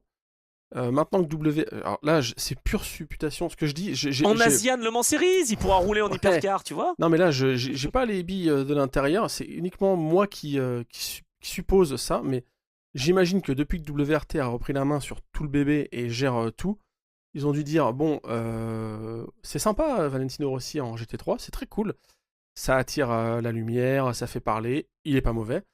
Par contre, en hypercar, c'est un no-go, quoi. Et je pense qu'ils ont clarifié, alors qu'avant, peut-être qu'on lui laissait miroiter le truc. Mais si tu te prépares, si tu fais ci, il faut cocher les différentes cases. Michelin Le Mans Cup, GT3, etc., etc. Là, je me devine qu'on lui a dit c'est non. Voilà. Et ce sera non. Je sais pas exactement parce que je pense que Vincent Voss est quand même très un soutien important à Valentino Rossi. Mais voilà, il faut être quand même réaliste. Et c'est vrai que c'est difficile quoi d'être extrêmement performant face à des Kevin Estre Et à l'époque oui, maintenant, ouais. parce qu'on le retrouvera plus en WEC, mais voilà, face à des Mathieu Jaminet, face Face à n'importe qui en face, franchement, non, le tous les niveau est pilotes. Bah tellement oui, c'est élevé. ça. Non, ils auraient le luxe d'avoir 3-4 caisses chez BM. Ils en feraient une avec une déco, avec le 46 en Oui. travers, du jaune, du bleu. On ira à fond dedans et je serais le premier à être content. Là, c'est pas trop la période, quoi. On n'a pas trop les moyens de faire ça. Non. Ouais. Non, je suis d'accord. Ouais. Effectivement. Donc voilà un petit peu les infos côté BMW. Côté McLaren, je l'ai dit, donc c'est Garage 59 qui remplace United Autosport pour l'exploitation des 2 McLaren 720S LMGT3 Evo. Ouais. Donc À tes souhaits. ça va être intéressant. Oui, merci. C'est vrai que ce Garage 59, déjà c'est une évocation au numéro de la McLaren Victorieuse qui a du Mans gagné en 95. 95. Mais aussi parce que, qu'est-ce qui s'était passé en 59? Je sais plus, c'est pas Aston pas Martin. un lien aussi. Bon, ouais, non, c'est Aston Aston Martin. Martin Oui, non, il qui. n'y a aucun lien. Cela dit, ils sont passés par Aston Martin entre 2019 et 2021 chez Garage 59. Ah, donc il y voilà, avait il y a un petit il y a lien un aussi. vrai lien, ouais. Donc la Voilà. Garage Il y 59 a- aura le numéro 59. Voilà, exactement. Cela dit, c'est vrai que United avait 59 et 95, bien 95. Je sûr. pense que ça changera Ouais, pas. ouais. Voilà. Ça, pour le coup, petite référence évidemment. Et d'ailleurs, il faut bien dire que Garage 59 a déjà réussi à s'imposer en endurance, en GT World notamment, puisque c'était à l'époque avec Van Gisbergen, comme le Dogar et Rob Bell qu'ils avaient décroché le titre. C'était en 2016, je Oh, crois, wow. Ah oui. il me semble. Je me souviens plus exactement de la date, mais je crois que c'est 2016 quand ils avaient réussi à décrocher le titre. Donc voilà, ça remonte un petit peu. C'était à l'époque où, comme le Dogar était encore pilote, maintenant il a presque Mais oui. raccroché le volant, quoi. Oh, il a quand même fait quelques petits Ouais, rallyes. c'est ça, Bon, bref, ouais, il c'est reste, un peu de rallye, ouais. il reste actif. Ouais, pour rester actif. Et puis enfin, Mercedes. Alors là, franchement, j'ai aucune nouvelle. J'espère que le programme va quand même continuer. Parce que Oui, j'ai sorti le podcast sur Maxime Martin. Donc il faut absolument qu'il roule chez Mercedes encore. non, mais ça va continuer, mais oui, c'est pas assez loin de ce qu'on aurait pu imaginer ou de l'implication, enfin de. Parce qu'il y a Iron Lynx qui est l'équipe d'exploitation Ouais. et qu'on sait que ça va mal dans le groupe, quoi. Ouais. Oui, ça. Je sais pas ce que ça peut pas donner, non hein. plus, je sais pas non plus. Est-ce que l'équipe Winward peut peut-être reprendre ou une équipe historique Mercedes? Là, franchement, il y a très très peu d'infos qui Un fuitent. Two Seas Motorsport ou un truc comme ça ou... Ouais, pourquoi pas, ouais. Avec des rétros, des livrets Ah, incroyables. déjà, c'était bien les livrets, franchement, c'était bien cette année. Enfin, l'absence de livrets, Oui, non, je suis certains diront, d'accord. mais... Non, non, je suis d'accord, effectivement. Et puis, il y a eu aussi au Mans Ah, la référence c'est à celle-ci que je pensais, aux moi. trois C'est à celle-ci voitures que je du pensais. groupe Ouais, C. c'était ça. Tu sais Ah qu'ils ont été... oui! on en avait parlé ensemble ou pas? J'ai une mémoire aujourd'hui de... Bon, bref. Ah, Ils ont été chercher... La légende me dit ça. Qu'ils ont été faire un prélèvement sur une C9 qui est au musée pour avoir la teinte exacte. Et donc, ils ont fait un... Elle s'était peinte, les Mercedes, elle s'était pas en covering. Elle s'était peinte avec génial. la même couleur que, soi-disant, la C9. Euh, Pour ça qu'elle allait pas vite. Elle était plus lourde. Eh ben non, mais en tout cas, alors, vérifiez toujours ce que je dis. Hein. Je suis une vraie IA, moi. Ah, Non, non, ah non, mince. non, mais de mémoire quand même, ils ont fait ça. Et c'est assez rare aujourd'hui de pas faire de faire de la peinture. Enfin, maintenant, tu fais du covering, il y Ouais, a c'est plus vrai. ça. C'est vrai, C'est c'est comme vrai. ça, d'une manche à l'autre, tu l'as fait rouler en GT World, tu l'as fait rouler en machin. Tu changes un peu des trucs. Et donc là, ils avaient vraiment fait l'effort d'aller retrouver la teinte. Donc je trouvais ça génial. Ouais, ouais, non, c'est une belle anecdote en tout cas. Si, je crois que je l'avais entendu, tu me l'avais déjà Ouais, ça, évoqué. c'est le genre Donc, de truc que j'aime bien bon, raconter. en tout cas, bah oui, non, bah c'est vraiment bien, ça fait partie de l'histoire aussi. Quand on fait pas d'épisode historique, on parle un peu quand même d'histoire, je sais que ça vous plaît. Bon, j'espère que Mercedes continuera en tout cas en LMGT3. Et puis, des petites nouveautés, alors on a parlé du Success Handicap qui pourrait arriver. On va parler aussi des pneus. Fini les pneus durs, alors que pourtant ça avait plutôt bien réussi à Lexus notamment. Des pneus qui avaient été introduits au Brésil par Goodyear. Et donc, bah, fini, cette fois-ci, ça sera des pneumatiques qui ne sont plus dures pour l'année prochaine. Donc, bah, dommage pour les équipes qui avaient plutôt réussi à les faire fonctionner. Et on aura donc un petit peu plus de pneumatiques par contre. 16 pour les essais libres contre 12 cette année, 24 pour les courses de 6 heures contre 18, 32 pour une course de 8 heures contre 26 et 40 pour une course de 10 heures contre 32 cette année. Je ne sais pas quelle est la raison. Est-ce qu'on veut peut-être permettre aux voitures, aux équipages de moins gérer et de plus être dans l'attaque? C'est en tout cas le choix qui a été donné. Ok, ouais, j'ai pas eu le temps de réfléchir à la question. Ce sera pour la semaine prochaine. Ouais, non, j'avoue, je sais pas trop. Bon, Ouais. d'accord. On parlera des pneus la semaine Oh. prochaine. Mais bah, ce sera des pneus Michelin, si je dis pas de bêtises, en Asian Le Mans Series. Est-ce que je dis une bêtise? Bon, on fera l'épisode dédié à l'Asian Le Mans Series la semaine prochaine. Donc j'ai encore le temps de corriger Ouais. mes dires. Ouais, là, je t'avoue que là-dessus, c'est pas j'ai pas du tout, je me suis pas du tout intéressé à ça pour l'intersaison et je sais que pourtant que c'est quand même l'un des éléments centraux, mais ouais, j'ai pas de date. Pour moi, c'est Michelin. Pour moi, c'est Michelin. Et donc, ça changera un petit peu la donne pour les concurrents LMP2, puisque des LMP2 roulent Michelin à la fois en IMSA et aussi en Asian Le Mans Series, mais pas en ELMS, puisque c'est Goodyear qui a été choisi. Donc voilà, on Ok. verra bien ce que ça donnera. Voilà pour la semaine prochaine. Bon, passons quand même à c'est quoi ton Oui. actu? Avant de passer à la top question, évidemment. Alors, c'est quoi mon actu? Je commence. Oui, Je sais pas si ça va arriver la semaine prochaine, je sais pas, mais je vais avoir un covoiturage dans Auto Hebdo. J'ai été rencontré, non. non, pas moi. Ah, d'accord. La réaction. Quoi? Non. Non, c'est pas Non, ça. Mais je trouvais que c'était j'ai bien. été à la rencontre de Robert Néret, Oui, qui est un Bob, c'est Bob lui, hein, Néret, bien Bob sûr, ouais, Néret. ouais, qui est un monsieur qui a plus de 90 ans maintenant et qui a une vie incroyable. Rallye, spécialiste rallye du Maroc notamment, très à l'aise sur la glace aussi. Époque Alpine A110, Citroën DS et patron de sa propre équipe, Aceptogil. Il a engagé, en fait, à chaque fois, il a engagé des trucs improbables. Donc là, des Alpines en rallye notamment avec des équipages féminins. Donc ça résonne un peu aussi avec l'actu Iron Dame, j'en ai parlé d'ailleurs. Oui, Et voilà, il a engagé son équipe 2 fois au Mans aussi avec des Lancia Stratos, donc improbable aussi. Enfin voilà, donc j'ai papoté avec lui et donc il y aura c'est un génial. covoiturage, donc c'est un format un petit peu long, tu sais, c'est un 4-5 pages, bah, tu connais bien, parce que tu as eu le droit au tien. Mais moi j'aime bien. Attends, mais moi je pense que ça peut être un bon client pour Trajectoire. C'est Ah trop mais bien. ouais, non mais incroyable vraiment, et il me racontait des trucs, enfin, ça fait partie des pilotes où quand ils te racontent quelque chose, t'as l'impression que c'est un épisode de Serge Le Mito, parce que il y a tellement de... Enfin, il rajoute couche sur couche, sauf qu'en fait, tout est vrai, parce que il m'a, pour pas trahir de secret, mais il m'a filé le bouquin qu'il avait édité il y a quelques années, et à l'intérieur, il a Ouais. récupéré toutes les coupures de presse, c'est vraiment, histoire de dire, mais j'affabule pas, quoi. Ça s'est vraiment passé comme ça. Donc, bref, je vous dirai quand ça sortira dans Auto Hebdo. Mais il y a plein Génial. d'anecdotes, de trucs qui sont vraiment improbables, mais qui lui sont vraiment arrivés, quoi. Voilà. Trop bien, trop bien. Ah bah Donc écoute, c'est ça mon actu. Écoute, j'ai hâte de lire ça. faut que je déroche ça, faut que j'écrive ça. Donc voilà, ça va arriver dans les semaines qui viennent, mais c'est mon petit truc du moment, quoi. Bon bah très bien. Et toi? Écoute, parfait.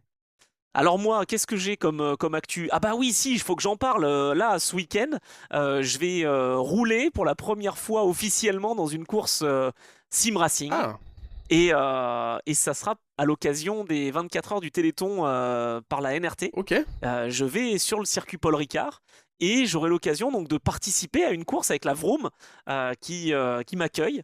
Et pour le coup, je me suis un petit peu entraîné. Bon voilà, j'en dis pas trop parce que je suis le pilote bronze de l'équipage, donc c'est pas facile. Mais je vais essayer déjà d'être constant, de pas faire trop d'erreurs et tout. Et c'est super intéressant comme concept. C'est 24 heures de course, donc comme un vrai équipage. On sera 4 pour le coup, pas 3. Et donc on va rouler un peu, quoi, tu vois. On va rouler 6 heures. On va faire 3 relais de 2 heures. Moi j'ai déjà hâte. Ça va être assez incroyable, surtout avec le côté sommeil qui manque, etc. Enfin voilà, ça c'est mon actu. Et c'est la première fois que vraiment j'aurai l'occasion d'être impliqué dans une course virtuelle pour récolter des dons. Donc voilà, on vous attend nombreux, j'espère. Normalement, je devrais pouvoir être en mesure de streamer de nouveau. Ça y est, peut-être, sur ma chaîne Cool. Twitch. J'espère. Voilà, on va dépoussiérer tout ça et on va revenir là-dessus. La- l'équipe, Et puis voilà, j'espère que ça va bien se l'équipe passer. Vroom, c'est Rubik. Exactement, bien C'est ça, hein. sûr. Ah, t'as vu? J'ai quand même 2-3 refs aussi en sim racing. Ah, je vois, je vois. Attention, moi je roule avec Giggs d'Acosta, je roule avec le pack et avec Vince Cosa. Donc voilà, on sera 4. Et sur l'autre voiture, il y aura Rubik et d'autres pilotes justement. Donc voilà, ça va être sympa. Je vais découvrir ça. C'est la 3e édition et je prends ça très à cœur. Franchement, ça va être, ça va être difficile, je Oui, pense. Mais l'année voilà. dernière, j'avais suivi un peu. Ah bah, ah, Il y avait Karen, je crois qu'il il y y avait avait Hydro. Karen Gaillard et il y avait Célia Martin qui Ah roulait. oui. Oui, il y avait Oh, c'est vrai? on- Célia aussi? Ah, ça, je ouais, savais pas. oui, alors je crois que c'était à cette course-là parce que c'est assez marrant. Il doit y avoir les replays sur YouTube où en fait elle était. Moi, je t'avoue, je la découvrais au sens, enfin comment elle est, comment elle réagit, etc., etc. Et c'est marrant parce qu'elle est, en fait, elle gueule tout le temps. Mais c'est elle qui le dit. Hein. Je suis pas en train de, c'est pas mon jugement. C'est, en fait, elle se rend compte que dès qu'il y a un truc qui va pas, elle gueule. Et du coup, elle s'énerve et elle refait des fautes. Et donc les personnes avec qui elle roule. Donc il y avait, je crois qu'il y avait Karine Gaillard. Et alors je me souviens pas des deux pilotes, pardon, hein, des deux sim racers avec elle. Mais en tout cas, il essayait vraiment de la calmer, de lui dire reconcentre-toi, c'est pas grave. Voilà, enfin, tu vois, vraiment, il y avait ce travail de Ah, c'est dur. psychologie, Ah, mais je comprends. alors que, je veux dire, elle a le niveau, hein, c'est pas. Mais tu vois, elle disait, mais c'est pas. Et là, elle était beaucoup plus libérée, je pense, que quand elle est avec un casque sur la tête et dans une vraie voiture. Bien Et donc, sûr. elle le disait elle-même, elle disait, putain, c'est pas possible, je fais que de gueuler, il faut que vraiment je me concentre. Et c'est marrant, c'était assez drôle à regarder, quoi. Bah, je vais essayer de pas crier, Allez, moi. voilà. Mais on va voir, on va Tu le voir. fais en. Vous Donc il y faites pas en a. déguisement, tout ça, non, c'est pas. Non, c'est bon. Non, je crois pas. Non, j'ai envie de le prendre sérieusement. Alors après, on aura des Ils t'ont pas dit, hein. donation gold aussi, donc voilà, je vais essayer de voir ce que je peux faire. Mais voilà, en tout cas, on vous attend nombreux sur Twitch, sur la chaîne de la NRT. Je vais essayer de commenter un petit peu aussi, quand même, évidemment. Et voilà un petit peu mon actu pour l'instant, Cool. mais ça m'occupe bien quand même, hein. J'aurai l'occasion aussi d'aller à Dieppe pour une remise de prix à animer pour Ok. Alpine, donc enfin pour l'Alpine Cup. Bah, tu vas voir des Donc, gens de chez RCC, alors.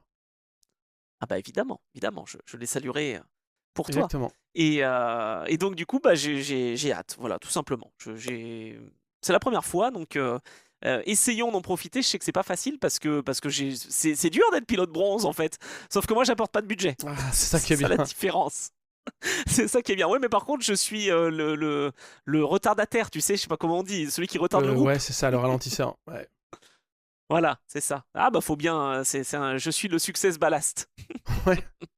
On va pas donner ton poids à l'antenne, mais ouais. Non, non, non, non, non, pas encore. Mais en tout cas, ça va être sympa. Et puis pour Trajectoire, ben, j'ai pas oublié. J'ai sorti un épisode de ma déclinaison que j'ai voulu mettre en place et lancer, qui s'appelle Souvenir de course. Donc bah voilà, c'est de la moto, donc vous irez écouter si vous êtes curieux. C'est sur le titre de Sylvain Guintoli. Voilà, c'est un petit format plus court que Trajectoire, mais je n'ai pas oublié Trajectoire non plus parce que j'ai plein d'épisodes qui sont déjà enregistrés et j'attends de les sortir pour que les podiums se débloquent pour Maxime Martin. Ah non, pardon, ça c'était pas. N'empêche que j'ai sorti l'épisode et il a fait podium, hein. Je dis ça, je dis rien. Il y a eu un lien, il y a un vrai lien. Il y a eu un lien, il y a eu un vrai lien. Bon, passons à la top question maintenant qu'on a dit toutes nos histoires avec C'est quoi ton actu? La top question. Tout de suite, c'est le moment de jouer avec nous au concours Top Position.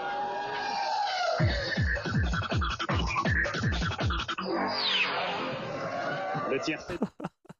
J'adore. Je sais pas quel est l'épisode que tu nous as ressorti. Enfin, pas l'épisode, mais la source du Grand Prix. Parce que je sais que tu changes à chaque fois. J'essaye de Ça, faire c'est une petite plutôt pas mal. variation. Ouais. Oui, un petit peu, un petit peu. Bon, la top question. Alors, on avait évoqué un pilote vainqueur des 24 heures du Mans 2016. On avait évoqué Romain Dumas. Je ne sais plus comment j'avais posé la question. Je crois que j'avais dit qu'en juin 2016, il avait été bien occupé et il avait remporté une ou plusieurs autres courses et on voulait savoir un petit peu la liste de ce qu'il avait fait en juin, quoi, en gros, Ouais. et ce qu'il avait fait aussi au niveau de ses victoires et sur quelle voiture. Bon, eh ben on a eu des bonnes réponses. Dis donc, on a eu Panos81, notre fidèle parmi les fidèles. On a Fensis5 également. Hugo 917K qui a répondu comme il faut. Gauthier Hardy. Kiki également qui était présent. Et puis Cédric Templet. Donc en gros, la réponse brute, c'est le fait que Romain Dumas ait gagné Pikes Peak juste après avoir gagné les 24 heures du Mans 2016 sur la Norma M20 RD. Enfin de l'équipe en tout cas de Romain Dumas. Et c'était assez incroyable. Et certains ont été même plus précis que ça, puisque Panos, par exemple, nous a fait un petit peu tout son mois de juin. Et ça voilà. tombe bien, c'est ce qu'on lui avait demandé.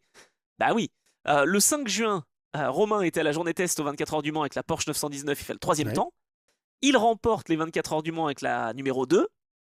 Il remporte Pikes Peak avec la Norma M20 de chez RD Limited, Spec 2016, attention. Ça, c'est pas facile à dire. Et Kiki nous ajoute une petite info. Le 29 juin, il est chez Porsche pour la présentation de la nouvelle Panamera avec ses coéquipiers du... Ah, c'est le 28. Bon, 28 juin. Attends, il y avait de l'idée quand même. Bien. 28 juin, où il est avec ses coéquipiers du Mans. Et il nous ajoute même du bonus. Et ça, on se l'était dit entre nous. C'est ça. Ouais, exactement. et après j'ai pas lu son commentaire. Et on se l'était dit nous entre nous. Et là, il évoque juillet où il est au Mans Classique et il pilote une 962C pour l'épreuve. Donc, il a été bien occupé. Donc voilà, on se l'était dit entre nous. Et il a même ajouté le 12 juillet, il est à Alès, dans la ville, qui fête sa victoire comme il se doit. Victoire aux 24 heures du Mans, évidemment. Il a même fait 4 jours d'essai en 919 au mois de juillet aussi. Donc comme ça, tu vois, tout était sur l'article du site officiel des 24 heures du Mans. C'est vrai qu'il y avait tous les détails. Un mois après, en fait... Il est occupé. Hein. Mais ils ont tous été occupés parce que Marc Lieb aussi a participé aux essais, etc. Enfin, ils étaient mobilisés pour les présentations de voitures. Enfin, beaucoup d'opérations. Quand tu gagnes le Mans, après, t'es sollicité, quoi. Donc ils ont tous eu pas mal de trucs, oui. Quoi.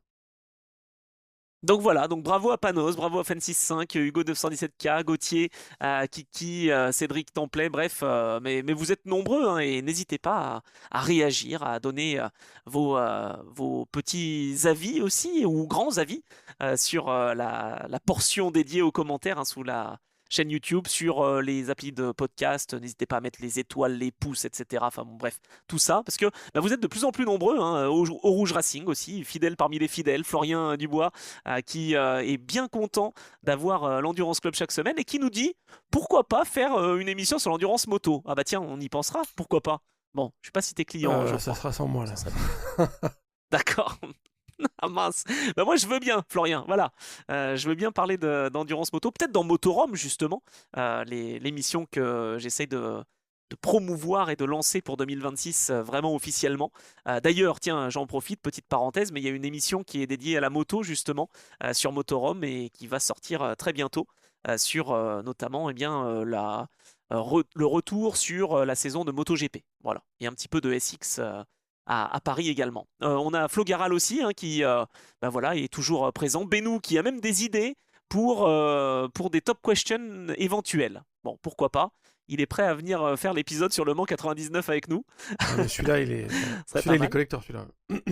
Ah bah celui-là il sera collector effectivement. En tout cas il y a eu beaucoup de bons échos et de bons retours sur l'épisode qu'on a fait historique sur Ouais. 2016 qui a laissé beaucoup de traces quand même, hein. Mine de rien voilà beaucoup ont été quand même vraiment marqués par ce qui s'est passé. Tu vois Teddy qui était en face de la ligne d'arrivée et il est resté scotché quoi tu vois donc voilà. Vous êtes nombreux, Stéphane C également, Ken Miles qui était dans le chat également, incroyable. Goodstone qui nous a aussi fait un petit commentaire et c'était bien sympathique. Adam, Adam, pourquoi je dis Adam. Adam, Ypsilon, ah voilà, c'est pour ça.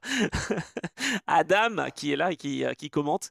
Donc voilà, merci pour tous les petits messages, c'est vraiment adorable. Donc voilà, la réponse, c'est donc une victoire de Romain Dumas à Pikes Peak avec cette Norma M20 qu'il a emmené aux avant-postes. Bon, on l'a pas évoqué pendant notre rétrospective de la LMGT3, de la catégorie LMGT3, mais tu l'as dit quand même à demi-mot, les Iron Dames ne seront plus là l'an prochain, c'est officiel, en WEC. Ça met quand même un petit coup d'arrêt, hein, mine de rien, au programme. Et il y a toute cette initiative aussi, parce que de plus en plus de femmes suivent les compétitions, de plus en plus de femmes veulent être ingénieurs, mécaniciens, pilotes, et ça, je crois quand même que il faut rendre aussi à César ce qui appartient à Deborah Mayer et à Claudio Scavoni, mais d'avoir voulu promouvoir aussi les femmes dans le sport auto.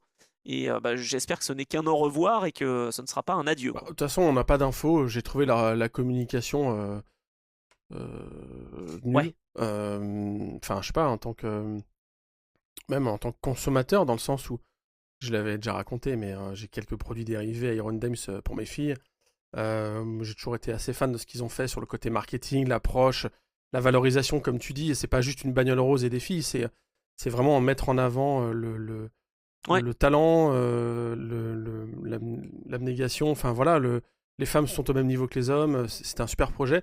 Et je trouve que la com qui a été sur Twitter est juste éclatée, où on nous dit que, enfin, en plus, alors, je sais, c'est un choix. Ouais, ouais, c'est un choix de ouais, s'arrêter. c'est pour mieux voir l'étape suivante de machin.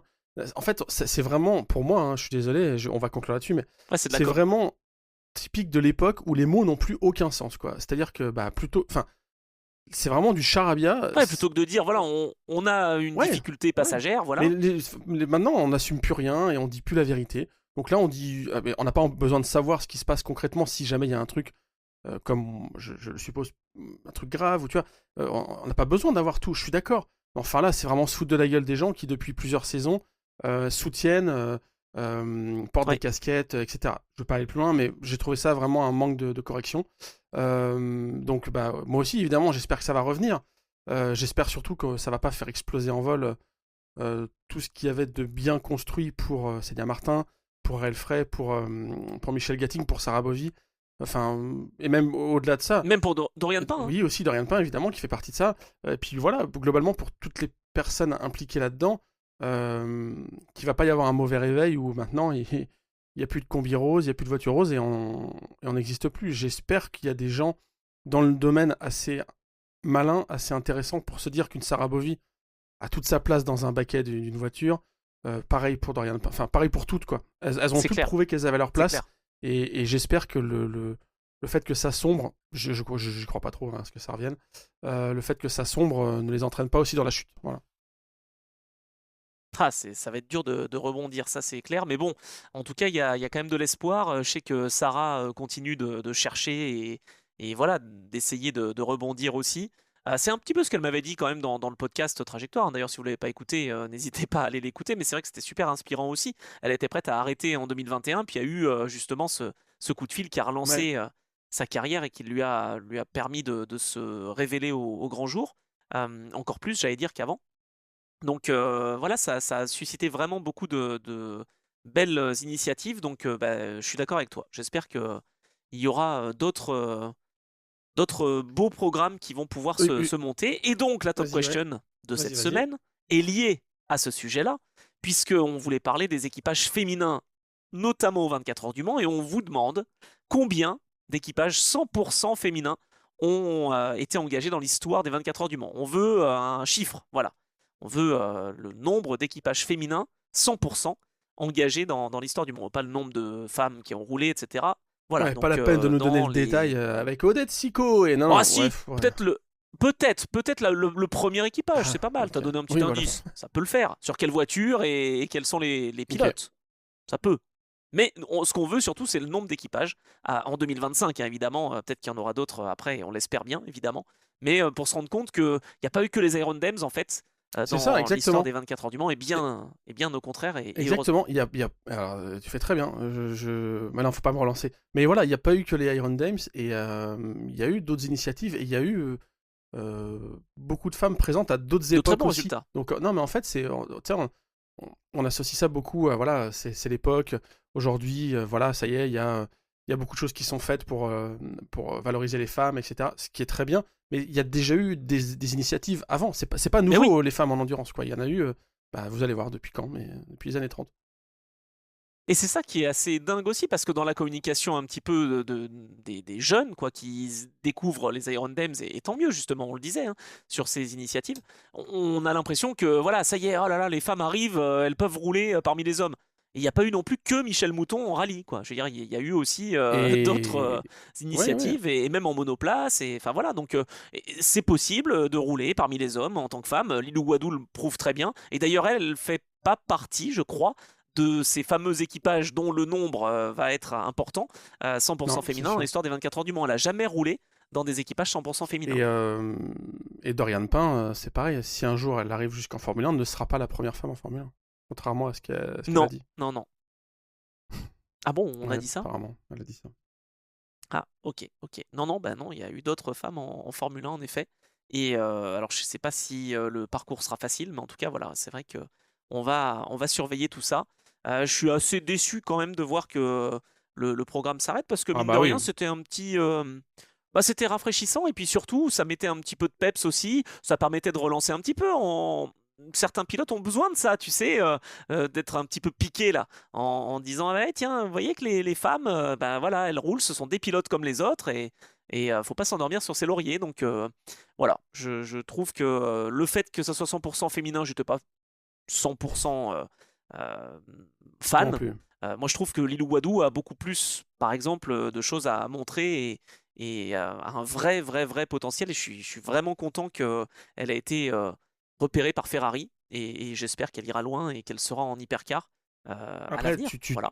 Mais Jimmy Chadwick aussi Après, est tu là. peux pas nier que voilà, réunir 3 femmes dans une voiture, bah ouais, ça, voilà, ça attire la lumière forcément, les retombées Évidemment. presse, machin, mais pas les sponsors, puisque tu vois qu'en fait, pendant plusieurs saisons, la caisse a été quasiment vierge de sponsors. Donc c'est là où on comprend pas, C'est et vrai. c'est là où je vais pas exiger, ils me doivent rien, Iron Dames. Mais ouais, une petite clarification quand même, une explication quoi.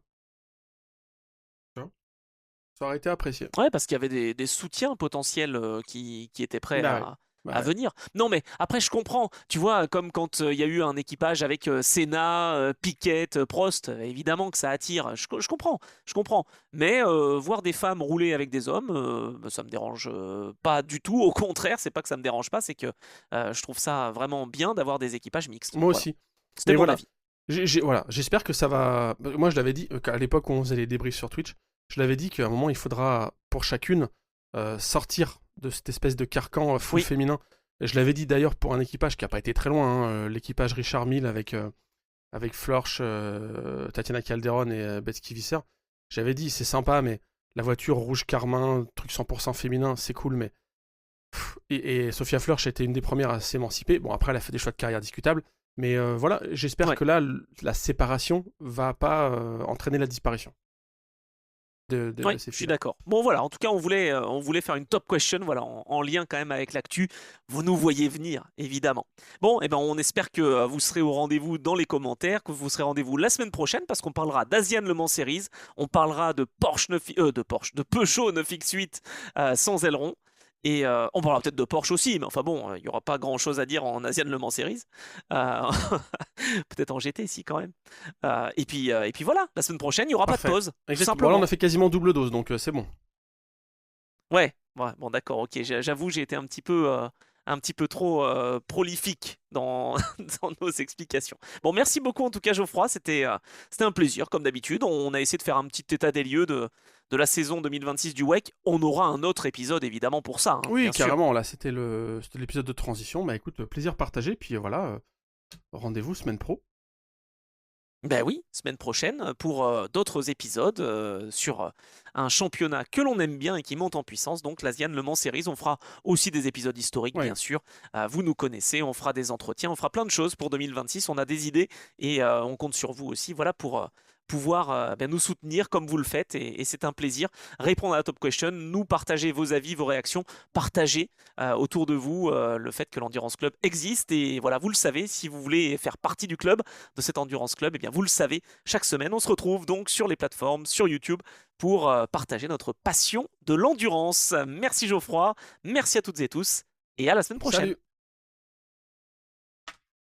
Bon.